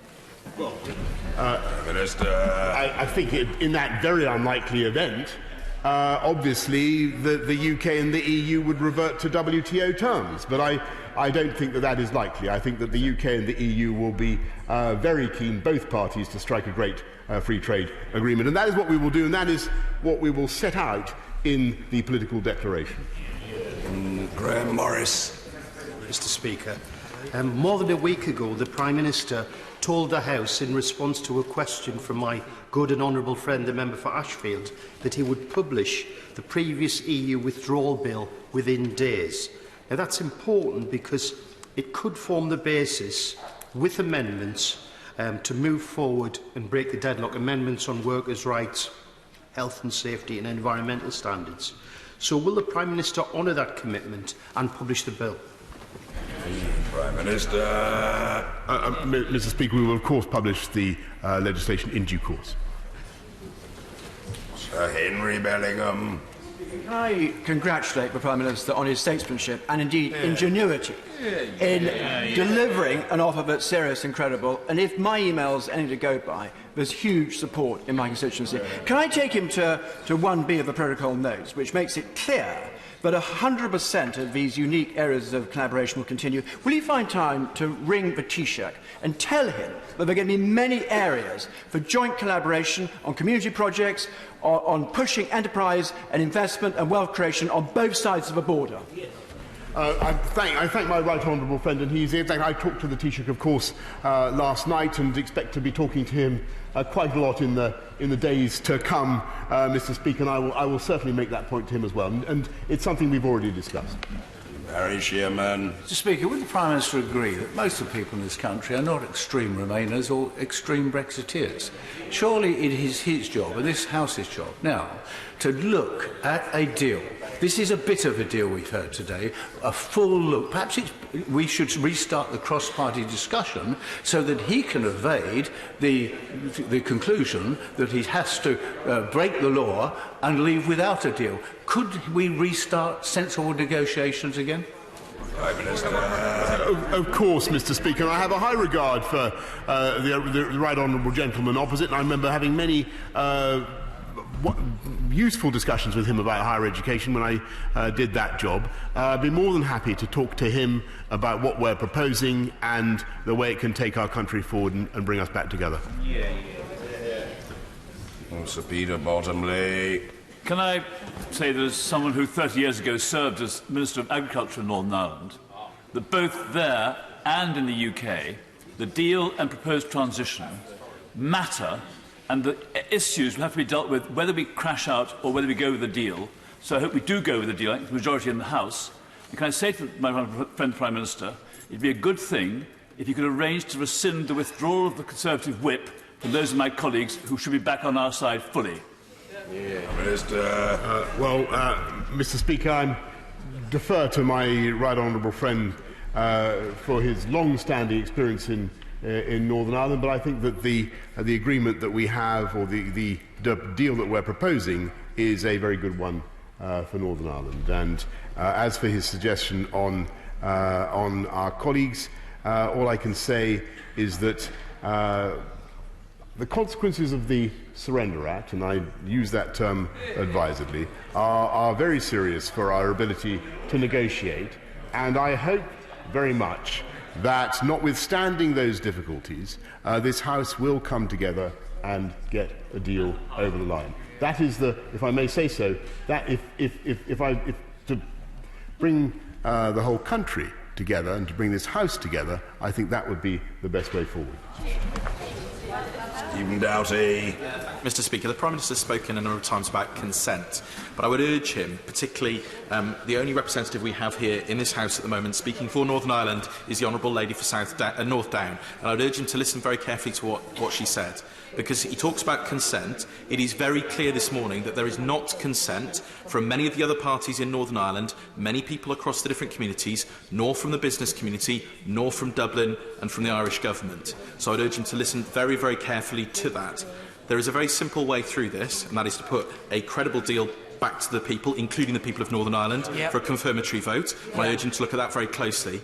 And will he confirm how his proposals are in line with Section 10(2) of the EU Withdrawal Act 2018? Because I do not believe that they are. Mr. Speaker, they are completely in line with Section 10 of the Withdrawal Act, and I'd be happy to demonstrate that to him. But on his request for a second referendum, I really can't think of anything more divisive or more wasteful of this country's time. But if the honourable gentleman wants an election, then why doesn't he talk to his right honourable friend in front of him?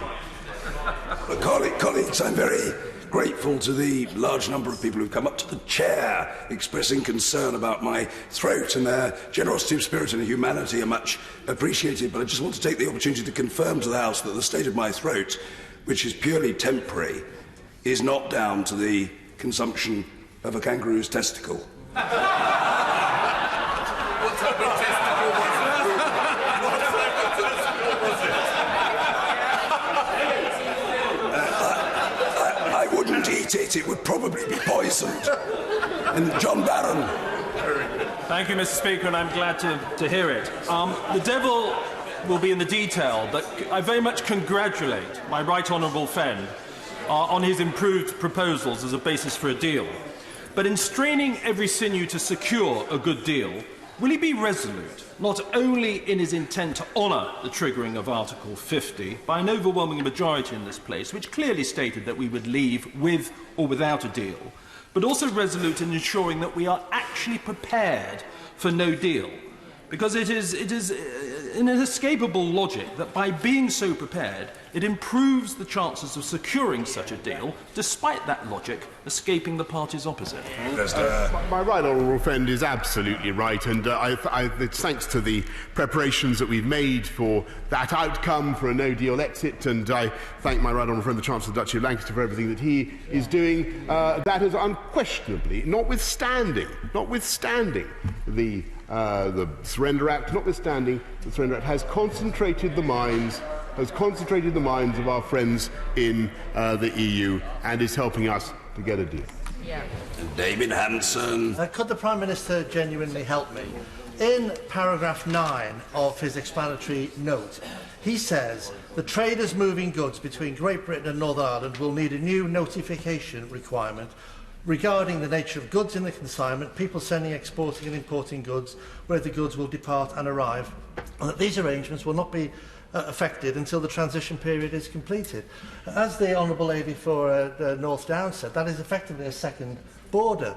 Could he tell the House how many of those transactions he anticipates each year and what the cost of that is to businesses and to the government in establishing that system? I'm grateful. I can assure the honourable gentleman that insofar as such checks are necessary, they will be done electronically, they will be done by UK officials, and they will only be instituted with the consent of Northern Ireland. I think that's the important point. But I'm more than happy, if he would like, I'm more than happy to discuss it more with him in person, if that would be useful.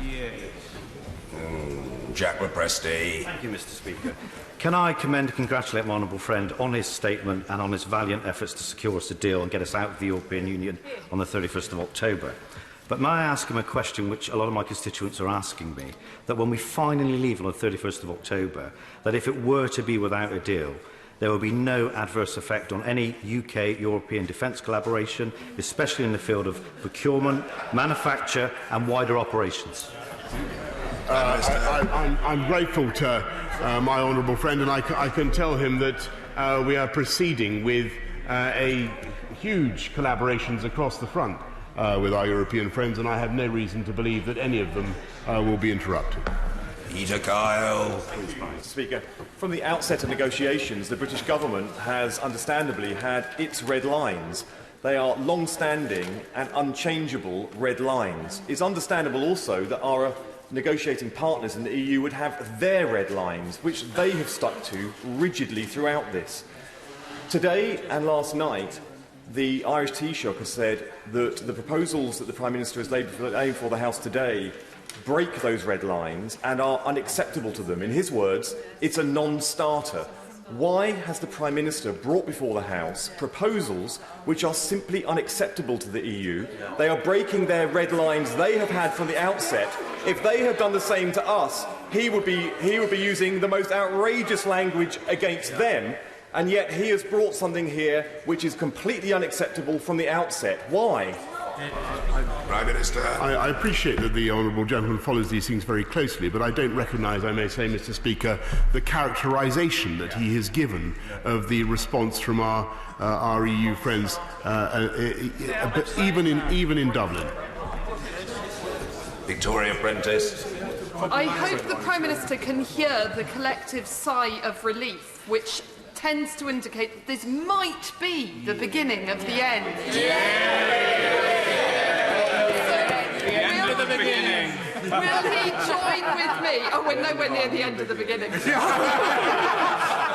he join with me in encouraging everybody in this House to come together, whether or not as part of the marvellous group MPs for a deal? And will he reach out to MPs from all sides and deal with their genuine concerns on the details of this agreement in the coming weeks? I thank my honourable friend for everything that she does to bring colleagues together on this issue. I don't know whether this is the end of the beginning or the beginning of the second half of the middle, or exactly where we are in this process. But there is, I think, momentum now behind these proposals. And I'm not going to pretend that this will be easy, and I'm not going to pretend that this is a done deal, Mr. Speaker, because I think honourable members are right to be to be cautious, but that the UK has moved a long way.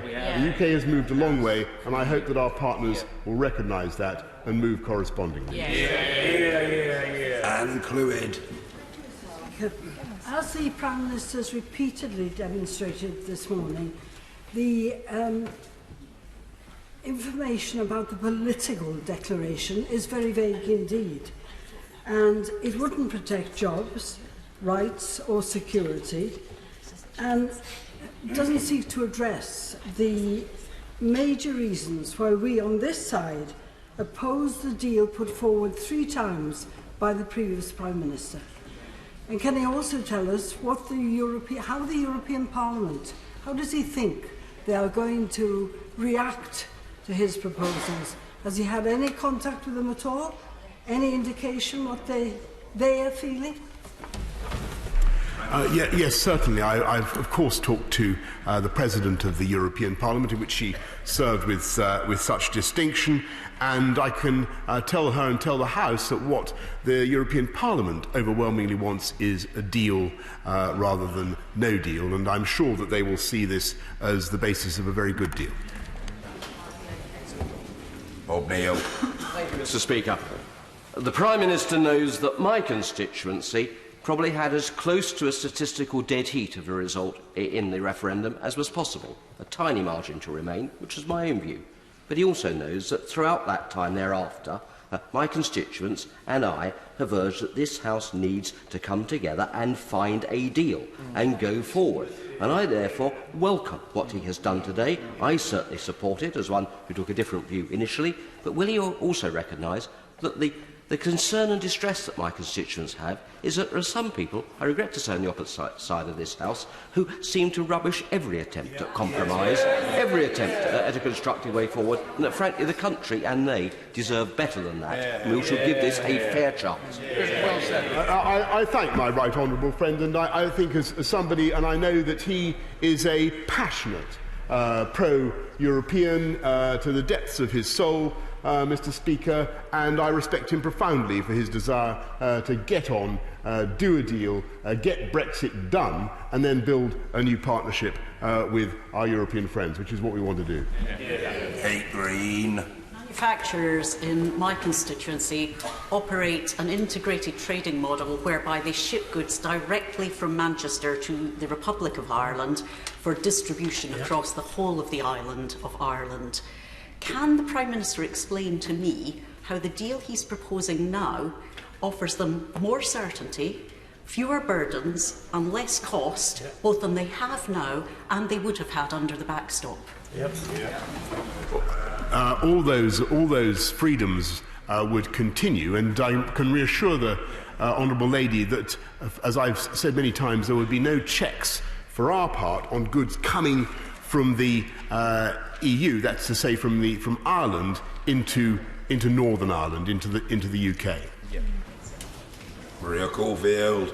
Speaker, is the Prime Minister encouraged that, given the empty benches opposite on Monday, where we were debating important Northern Ireland issues, that members have found their enthusiasm once again for all things Northern Ireland? And does he agree with me that any customs checks do not have to be done on the border, do not have to be done in customs posts, can be done at points of origin and destination, as the Northern Ireland Select Committee heard in evidence? My honourable friend speaks with the technological optimism that I think has too long been absent from this debate. That is the way forward. I think everybody understands that. That's what we're going to bring to those solutions. And this agreement, I think, offers a way of doing that at a pace and a timescale that will reassure businesses on both sides and agricultural interests on both sides of the border. On break. I commend the Prime Minister for rare consistency. When he said F business, he really meant it. Manufacturing Northern Ireland has described his proposals as an existential threat and being thrown under the bus. Can the Prime Minister confirm which businesses in Northern Ireland he consulted about his proposals and which of them supported them? All the Northern Ireland businesses that came to number 10 recently, supported a deal, and it would be invidious to pick any one of them, Mr. Speaker, but I won't be given any lessons about consistency from the Liberal Democrats who called for a referendum and now say they want, that if there were to be a second referendum, they would campaign against the result, Mr. Speaker. Neil Parish. Mr. Barrett. Thank you very much, Mr. Speaker. Can I very much welcome the Prime Minister's statement? Can I also welcome his enthusiasm? Because for 2.5 years there's been so much negativity in this House. We just cannot get this deal through. So for goodness sake, can we get the deal done? And does he believe that it will then lead on to a good trade deal so that farming, agriculture, business will not have to pay tariffs in the European Union and we can export across the whole of the world? Mr. Speaker, and I can tell him that Somerset lamb and cattle and beef and Devon, I should say, Devon, Devon and Somerset. Although he farms in Somerset. He does farm in Somerset. Somerset and Devon, beef and lamb, will have the opportunity to find export markets which at the moment are I'm afraid, prevented by our current arrangements, such as in the United States and indeed elsewhere. And I think we have a glorious future ahead of us if we just take the first few steps.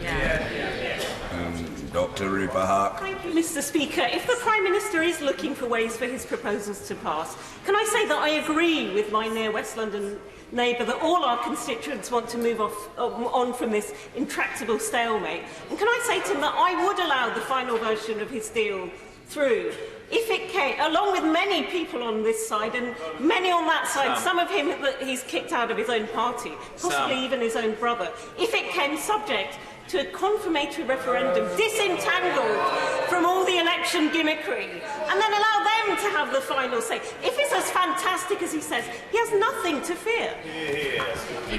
Well, Mr. Speaker, can I say that I warmly welcome the first half of the Honourable Lady's question. Mr. Baker. Thank you, Mr. Speaker. Mr. Speaker, we now glimpse the possibility of a tolerable deal, and I congratulate my right honourable friend on what he's done to make that possible. But can he just reassure me that he's going to be able to make progress towards that advanced free trade agreement which we've both so long wanted to achieve, despite the Surrender Act, which people have voted for opposite?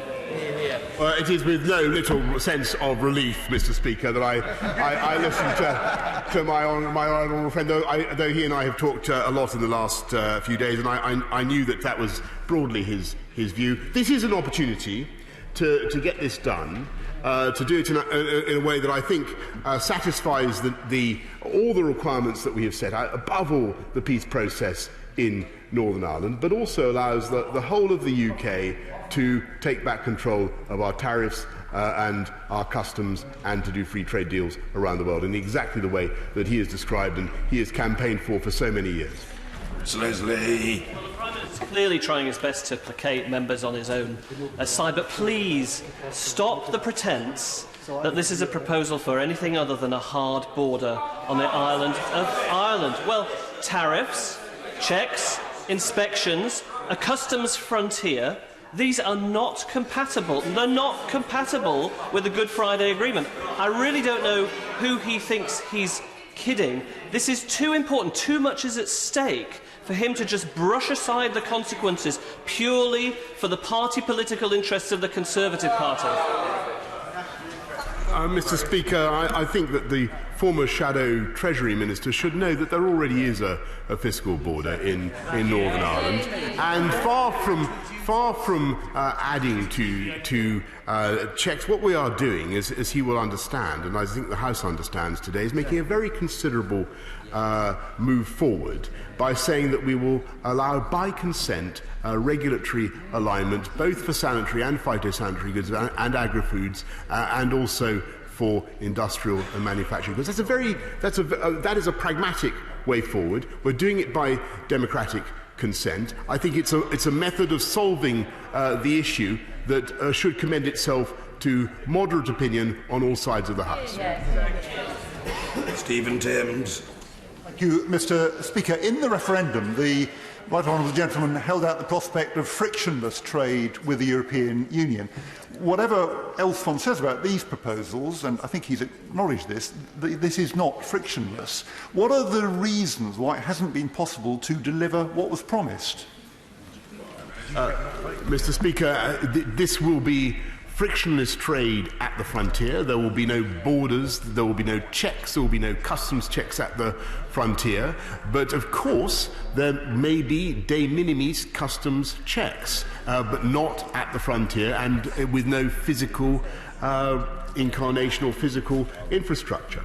And I think he's raising a very important point, because as the UK comes out of the EU and as we go to a zero tariff, zero quota free trade deal, it will also be incumbent on us to use this experience that we're going through now as we develop our relations with the EU as a whole, and as we develop the systems, the frictionless systems by which UK-EU trade will continue to operate. Baz Elwood. Thank you, Mr. Speaker. This has been a long and frustrating journey, and very sadly, I think one that the Labour front bench wishes to prolong. Could I commend the Prime Minister on his efforts to break the Brexit impasse and seek a compromise that not only this Parliament can live and work with, but the nation can as well?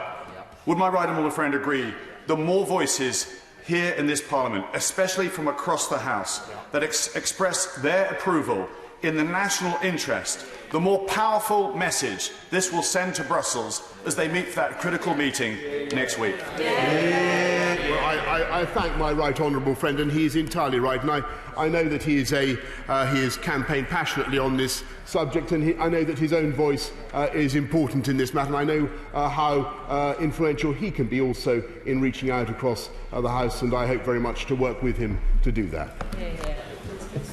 Brendan O'Hara. Speaker, how would the Prime Minister sell this potentially ruinous proposal to the farmers and shellfish producers in my strongly remain Argyll and Bute constituency, who will be able to see just 12 miles across the water their Northern Ireland counterparts being allowed free and unfettered access to the single market? If this is good enough for Northern Ireland, why is it not good enough for Scotland? Or are my constituents simply expendable? Well, Mr. Speaker, I find that a slightly ironic question, given that it is the avowed policy of the Scottish Nationalist Party to give back control of Scotland's stupendous marine wealth to Brussels. Bob Blackman. Thank you, Mr. Speaker, and I congratulate my right honourable friend not only for his proposals, but his ability now to bring together all those of us across this House that wish to leave the European Union with a deal. Our exchanges today will be observed by our European Union friends, and our ability to negotiate that deal will often be the subject of, do they trust this House to pass the deal that is finally agreed? So can I commend my right honourable friend to think of having a vote in this House to test his negotiating strategy, to demonstrate to our European Union friends that we are behind him. I'm grateful to my honourable friend, and as I've said before to a colleague who raised this, I will reflect on that suggestion. I think it would be more conventional to do the deal. I think that is what the Act prescribes, to do the deal and then bring it to this House. And I think that's probably what this House would prefer, but I'm happy to have discussions on that matter. Paul Sweeney. Thank you, Mr. Speaker. Hearing the proceedings today, it seems increasingly that this is an internal debate within the Conservative Party rather than a meaningful attempt at international diplomacy. And I hear the outcry from the Treasury bench, but the reality is the Irish Deputy Prime Minister, Simon Coveney, has said this morning that they could not possibly support the proposals by the Prime Minister and they should come back with something fit for purpose.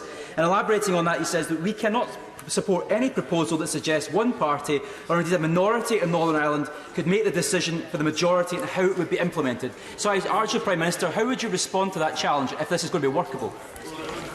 I'm grateful to him, Mr. Speaker, and he's raising, I may say, an important point. I listened carefully to what my friend Simon Coveney had to say, and we must get the mechanism of consent right so that all communities, both communities, feel reassured about it. And I'm very happy to discuss it not only with Simon Coveney in Dublin, but also, of course, with the honourable gentleman.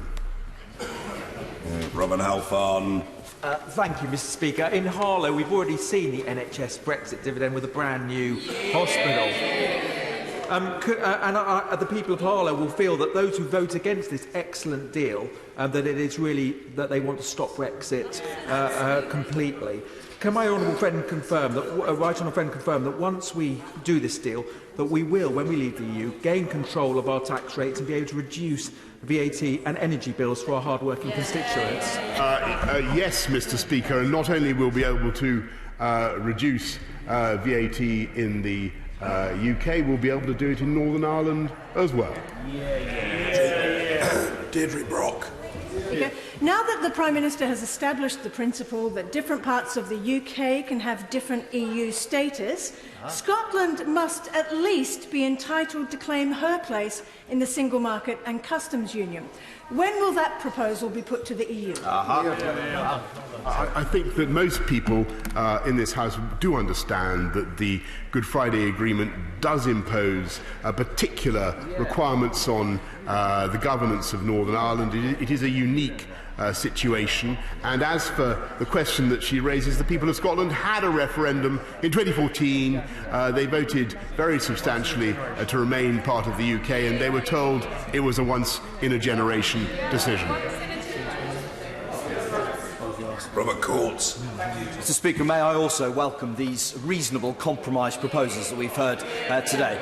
Would the Prime Minister please confirm that when we speak of customs checks, we must be very careful not to conflate administrative customs procedures that can take place at a warehouse with physical customs checks at a border, and that the latter are not required, are not proposed in his proposals, and aren't needed even for the excise checks that take place at present? If I may say so, I think my honourable friend has put his finger on the heart of the question, and he's entirely right. That is the distinction that I think it is very important for all right honourable members to bear in mind as they approach this question. We can solve this problem through exactly the means that he describes. Melanie On. Thank you, Mr. Speaker. Can I press the Prime Minister on exactly how he plans to ascertain the consent of the people of Northern Ireland? And not just how, when is he going to do that? I'm very grateful, and she's raising, if I may say, the crucial question, one of the crucial questions that these proposals evoke. It is obviously now for discussion with our friends, not just in Dublin but around the EU. We do think there's a way forward. I'm happy to keep her abreast of our way forward as we go there. But it must be done one way or another by consent. James Cartledge. Thank you, Mr. Speaker. Given his busy schedule, I don't know if my right friend would have had time to read the EU's latest FTA, which is with Vietnam. But even a cursory glance shows that the entire agreement is based on tariff reductions in exchange for market access. Does this not show, firstly, that it's fanciful to believe we could somehow leave the EU and stay in the customs union and get these type of trade deals? And secondly, is it not a reminder that when we leave, the EU will be negotiating its own trade deals, and that therefore it will be in both parties' interest to have a technological way to deal with variations in respective territories' tariff schedules? Again, Mr. Speaker, I congratulate my friend because he speaks with the voice of technological optimism, and he understands the details of these questions very well, and that is indeed the way forward for this country. There is a wealth of opportunity that will open up if we have the courage to take these steps. Mr. Speaker, the Prime Minister has denied now on multiple occasions during this session that what he is proposing involves physical customs checks. But he has just said in his statement in relation to the new protocol and customs checks that there will be, and I quote, and this is on page 3 of his statement, a number of cases where physical checks would be necessary. Is he denying he has said that? And secondly, he refers to the political declaration. It is a declaration of aspiration. with no legal force. Is it not the case that the free trade agreement he's referring to will take at least 3 years to negotiate? Nothing's going to get done by this at all. Well, as the honourable gentleman knows, there already are some checks for epidemiological purposes between GB and NI. If there are to be new checks down the Irish Sea, they will be de minimis. They will not be on the GB side, and they will be done by UK officials. And no, there will be no new border posts or borders. There will be de minimis checks, and whatever checks there may be will be done by consent and only introduced by consent. And there will certainly be no checks on the GB side, because this is entirely dependent on whether the EU wants them, Mr. Speaker. And on his second point about the political declaration, that will chart a way forward for the UK-EU relationship that will be ambitious and positive and allow us to build a new partnership, which I hope that he will find invigorating and that he will support. David Duquette. Mr. Speaker, I do have a question on the proposal, but can I start by countering with great respect some of the claims made from the benches opposite? Chief among them, the claim from the member for Argyll and Bute, who I thought may have mentioned something about the growth deal for Argyll and Bute that was announced earlier this week with some gratitude. But in terms of the proposals, if they were to vote for this deal, of course, the problems he described wouldn't exist. And even if in the event of a no deal, if he could maybe encourage his colleagues in the Scottish Government to pass on some of the money from the UK Government to local authorities for environmental health inspectors, that would be extremely helpful. And in terms of the... I'll get on with the question in that case. Thank you very much. My question on the proposal for the Prime Minister is, when this proposal goes ahead and gets accepted, it replaces the backstop. So come the end of the implementation period, can he confirm that that will be no later than December 2020? And when we get to that point, because we've replaced the backstop, there will be no need for any further extension of 1 year, 2 years, or any extension whatsoever. That is entirely right, Mr. Speaker, and I thank my honourable friend and congratulate him on everything he does to promote the interests of Scottish fishing, where, if I may say, he shows great leadership and vision. And under these proposals, under our proposals, Scotland would take back control of Scotland's fishing grounds and be able to turn them to the advantage of the people of Scotland. And I'm sad to say that the SNP would hand back control of Scottish fishing to Brussels. Thank you. And Gavin Newlands. Thank you very much, Mr. Speaker. I know the Prime Minister is hopeful of restoring Stormont. We all are right across this House, but it's by no means assured. If he miraculously succeeds to secure a deal, but efforts to restore Stormont fail, will this government implement direct rule in Northern Ireland to enforce the measures in this proposal? Mr. Speaker, we're working very hard to restore Stormont, and I'm sure that has the complete support of the honourable member, and he's already said I'm delighted it does. Oh, what a glittering galaxy of stars from whom to choose. Mr. Neil O'Brien. Very much for the personal compliment, Mr. Speaker. The former Liberal Democrat MEP Andrew Duff, who is the president of the very influential Spinelli Group of European Federalists, has responded positively to the Prime Minister's proposals this morning. He said that they are politically astute and they represent a potential landing zone for a deal. Now, does the Prime Minister agree with me that that is both positive and also that those of us who are in this House who want a deal and want to avoid no deal now need to respond positively, engage with his proposals, rather than dismissing them out of hand without even having read the final text? Well, I'm very grateful to my honourable friend, and I do think there are many people, actually, of all political persuasions, who are looking carefully at these proposals now and do see them as the way forward. And I remember Andrew Duff well, and very glad that these proposals are finding favour with him. Jack Dromey. Mr. Speaker, the world of work wants a deal to be done. But the problem with the Prime Minister's proposals are not just Northern Ireland. Moving as they do our country away from half a century of collaboration, close economic collaboration with our biggest market, in favour of a decade of economic uncertainty. But on Northern Ireland, after 40 years of war, there is peace. A terrible price was paid to achieve that. Nothing should be done which puts that at risk. And can I ask the Prime Minister a very specific question? On the movement of goods and his assertion that there will be no physical infrastructure, in his letter, reference is made to a small number of physical checks at traders' premises or other points on the supply chain. Where are they and what are they? Well, they would be checks, Mr. Speaker, in the way that checks are already made for the purposes of invigilating trade in goods that are subject to excise at business premises or elsewhere. But they would be de minimis checks. And of course, on his substantive point about the peace process, I agree with him totally. I think the peace process and peace in Northern Ireland, as the Right Honourable Lady next to him has already said, it is one of the great achievements of our times. These proposals are designed to build on that peace process and to take it forward. Alex York. Can I warmly welcome these creative and constructive proposals, and also my right honourable friend's repeated offer to meet with members of the opposition to discuss them further, because we're all going to have to compromise across this House, and wouldn't all honourable and right honourable members do well to remember the aphorism that those who insist on absolute victory risk absolute defeat?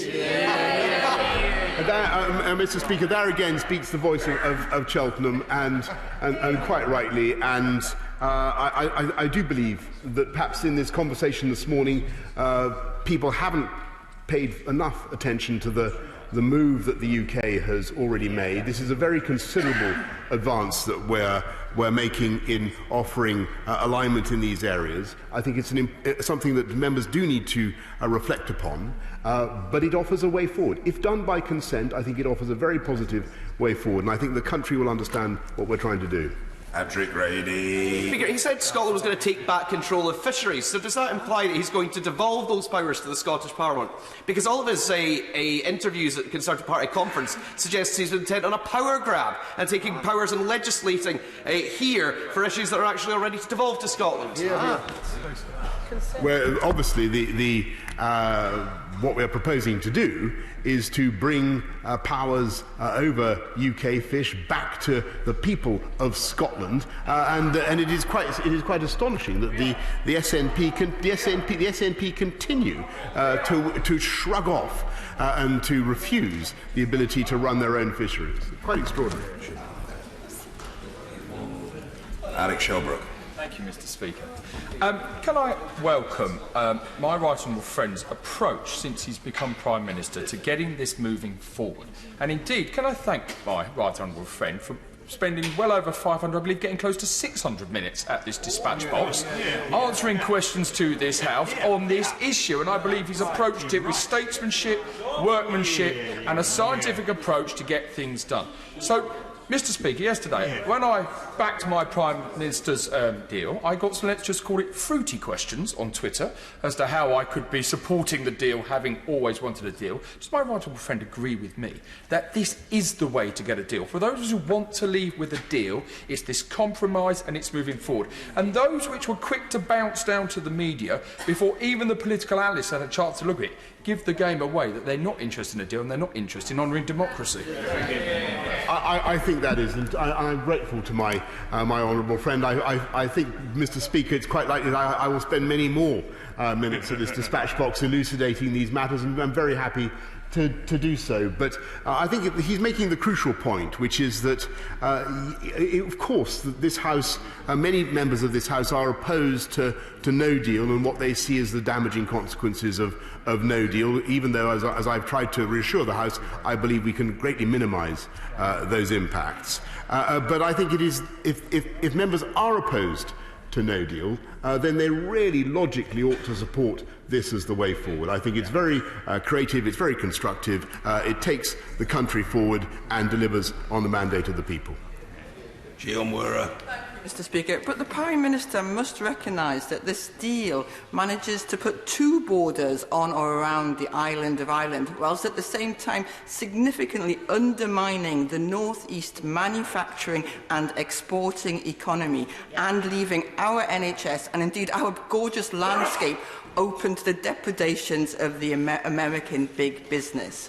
Isn't it just an attempt to put the blame for this ongoing Brexit shambles anywhere but where it belongs, with the Prime Minister? Mr Speaker, I had great pride in going to North Manchester General Hospital the other day and announcing. Forgive me. I thought she spoke of Manchester. Forgive me. Well, we are investing in the NHS around that. We're investing in the NHS in Newcastle as well, Mr. Speaker, and that is thanks to the hard work this government has done to repair the economic ruin of the Labour Party. And as for her assertion that we are somehow going to do a free trade deal with America that would expose the NHS, she is completely wrong in that it is the purest scaremongering, and she should take it back. Jeremy Lefroy.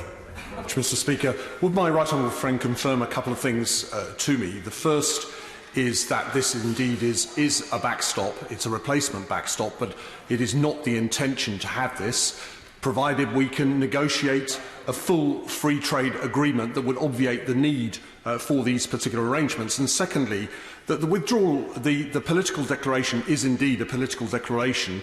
It doesn't have the kind of legislative force that the withdrawal agreement would have. And therefore, in a forthcoming general election, it's up to all parties to make the case for something Norway plus, Canada plus, whatever, but it's up to politicians to make that case so that if they form a government, they can indeed bring forward their particular version of a free trade agreement, free trade arrangements in the future.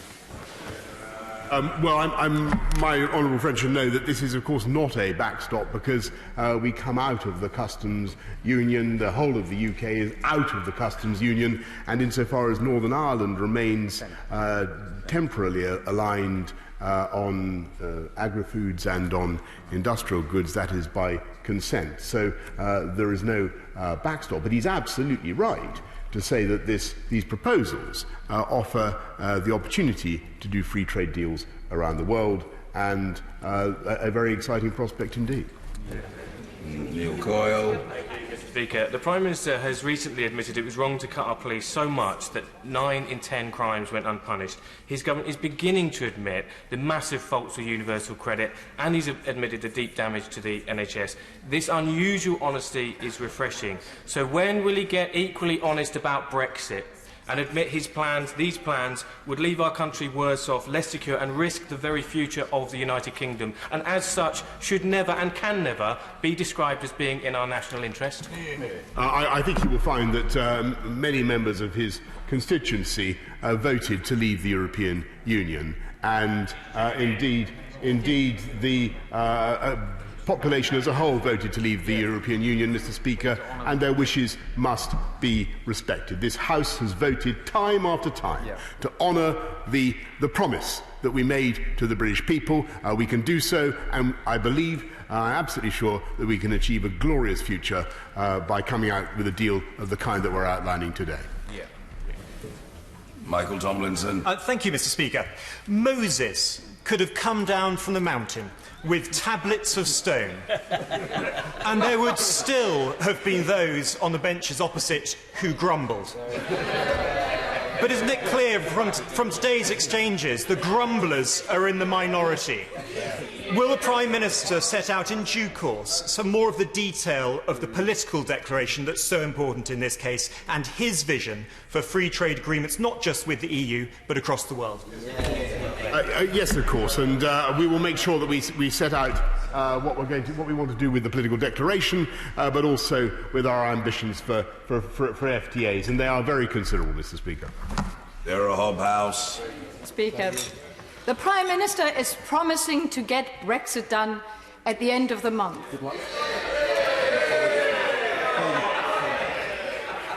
But the EU is not going to sink to the bottom of the sea, and as Today's exchanges, nearly 2 hours long, have demonstrated many questions are unanswered and nothing has been resolved. Rather than this being Brexit, getting Brexit done, isn't this Brexit never ending? I may seize on that, Mr. Speaker, because I think that the Honourable Lady has it in her hands to help us all to get this thing over the line. This is the basis of a deal. It is not a deal. We have to get this agreed with our EU friends. It will not be easy. But if I'm able to return with a deal like this to this House of Commons, I hope, from what she has said today, that she will vote to get this thing done. Immensely grateful to the Honourable Lady. Matthew Pennycook. Grateful to you, Mr. Speaker. As with the Malthouse Compromise and the Brady Amendment, it's difficult to look at these proposals and not conclude that the benches opposite are almost exclusively talking to themselves. But taking the proposals at face value, does the Prime Minister accept that even if they do form the basis, however unlikely, for a deal, that there is no way that the arrangements set out in this new protocol can be put in place within 14 months, and so the logic of what he's proposing is an extension to the transition period beyond December 2020, with all the financial implications that entails? I think that, if I may say so, Mr. Speaker, I think that is an excellent question and a relevant point. I'm happy to talk him through how we could satisfy all the objectives we have for the implementation period by the end of 2020 and to get to the state we want to be with our EU friends. He speaks about the need to converse cross-party. I'm more than happy to do that with him. Thank you, Mr. Speaker. The reality is that in supporting this hodgepodge of proposals, the absent Democratic Unionist Party has stood on its head as regards accepting a regulatory border down the Irish Sea. And this can only be because the looming no deal from the Prime Minister will be a disaster for Northern Ireland, which voted to remain. So could I ask the Prime Minister, isn't it time that the people of Northern Ireland, as well as the rest of the UK, were given a further vote with a much simpler option of remaining in the customs union and the single market being on the ballot paper? In opposing this, what is the Prime Minister afraid of? Mr. Speaker, I think what the people of this country want is their democratic will respected, and what they want is to get Brexit done. And that's what we're going to do. Angela Smith. The negative response this morning from both the business community in Northern Ireland and the majority of the political parties in Northern Ireland indicates the Prime Minister has got a great deal of work to do if he is to gain the consent of the people of Northern Ireland for his proposals. And does he not recognise, too, that if he fails to gain the consent of the people of Northern Ireland, he runs a significant risk of visiting damage on the Good Friday Agreement in both letter and spirit? Well, Mr. Speaker, I appreciate that point, and she's absolutely right in what she did to emphasise the importance of getting consensus in Northern Ireland. But that's why we place so much emphasis in these proposals on consent, and that will be a key part of the discussions. And Daniel Zeichner. Speaker, from the discussions this morning, it's now no longer at all clear which parts of the political declaration the government actually supports. So I think it would be helpful to everyone if they could set out which parts still exist. And it's important because, for instance, the other day I was listening to the Universities Minister trying to reassure some of our senior researchers that we would stay close as possible to the European research frameworks, overseen ultimately, of course, by the ECJ. Is that still the government's position? Of course, we will have a very close relationship with all European projects, whether it's on research or science or educational or whatever it happens to be. And I'm very happy in due course to share with the Honourable Gentleman and with the whole House where we are on the political declaration. The objective of the changes to the political declaration is really to set out the difference between this government's approach to the future relationship on trade and the customs union and our ambitions to do global free trade deals. Drew Henry. Mr. Speaker, could the Prime Minister outline his thinking over the principle of the Northern Ireland Assembly reviewing and voting on these arrangements every 4 years? Is it because if circumstances change, they have a right to change their minds? Mr. Speaker, that is indeed the case, as he will understand. But if he invites me to draw an analogy with the people of Scotland, I just remind him that the people of Scotland were repeatedly promised that their referendum was a once-in-a-generation question.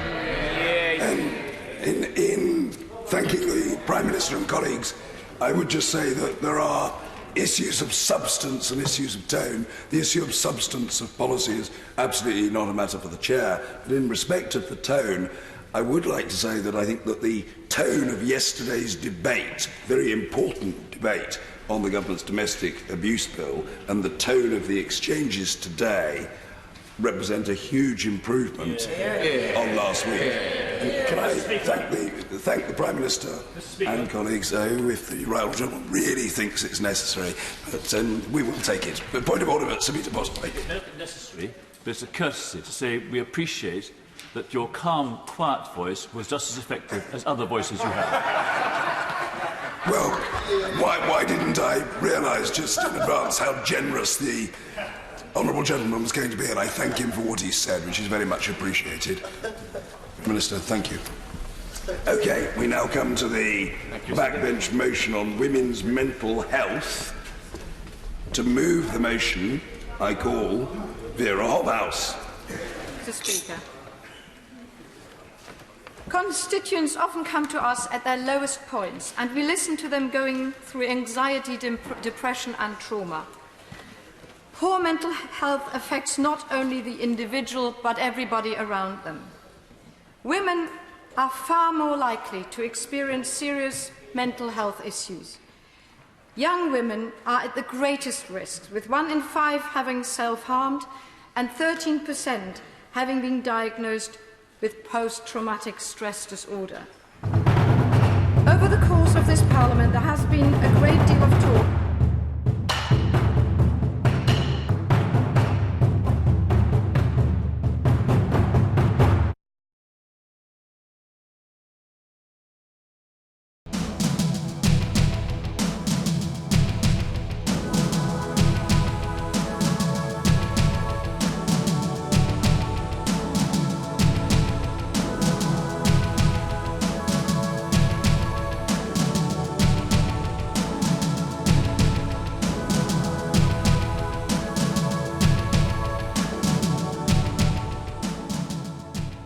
Well, it's lovely to be out on such a sunny evening in Edinburgh, but it's a shame that we have to be out tonight protesting against the two-child cap and the rate clause.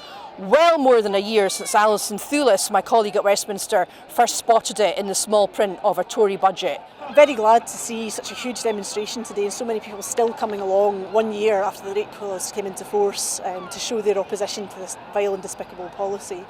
The UK government have never been able to justify this policy, and we saw that this week with Esther McVeigh's pathetic attempts to say that the rate clause was somehow double support for women and that gives them some kind of chance to talk about the most appalling and disturbing experience of their life.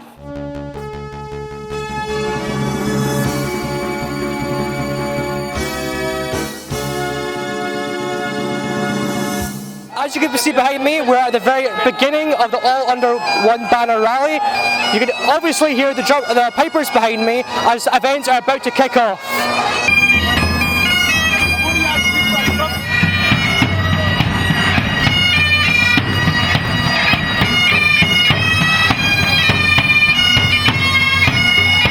It's time to aim high, look resolutely outwards, and never, ever accept second best.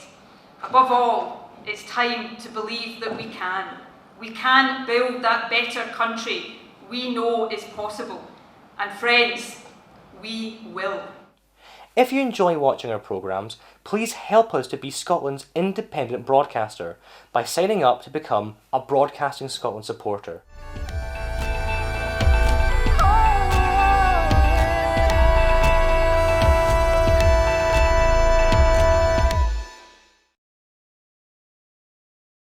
Wherever you stand, get the fresh view of what's happening in Scotland with iScot. Celebrate everything about our country with intelligent, in-depth insight from lifestyle, culture to puzzles, and all the opinions you'll need. Whether it's digital or by post, subscribe now to iScot.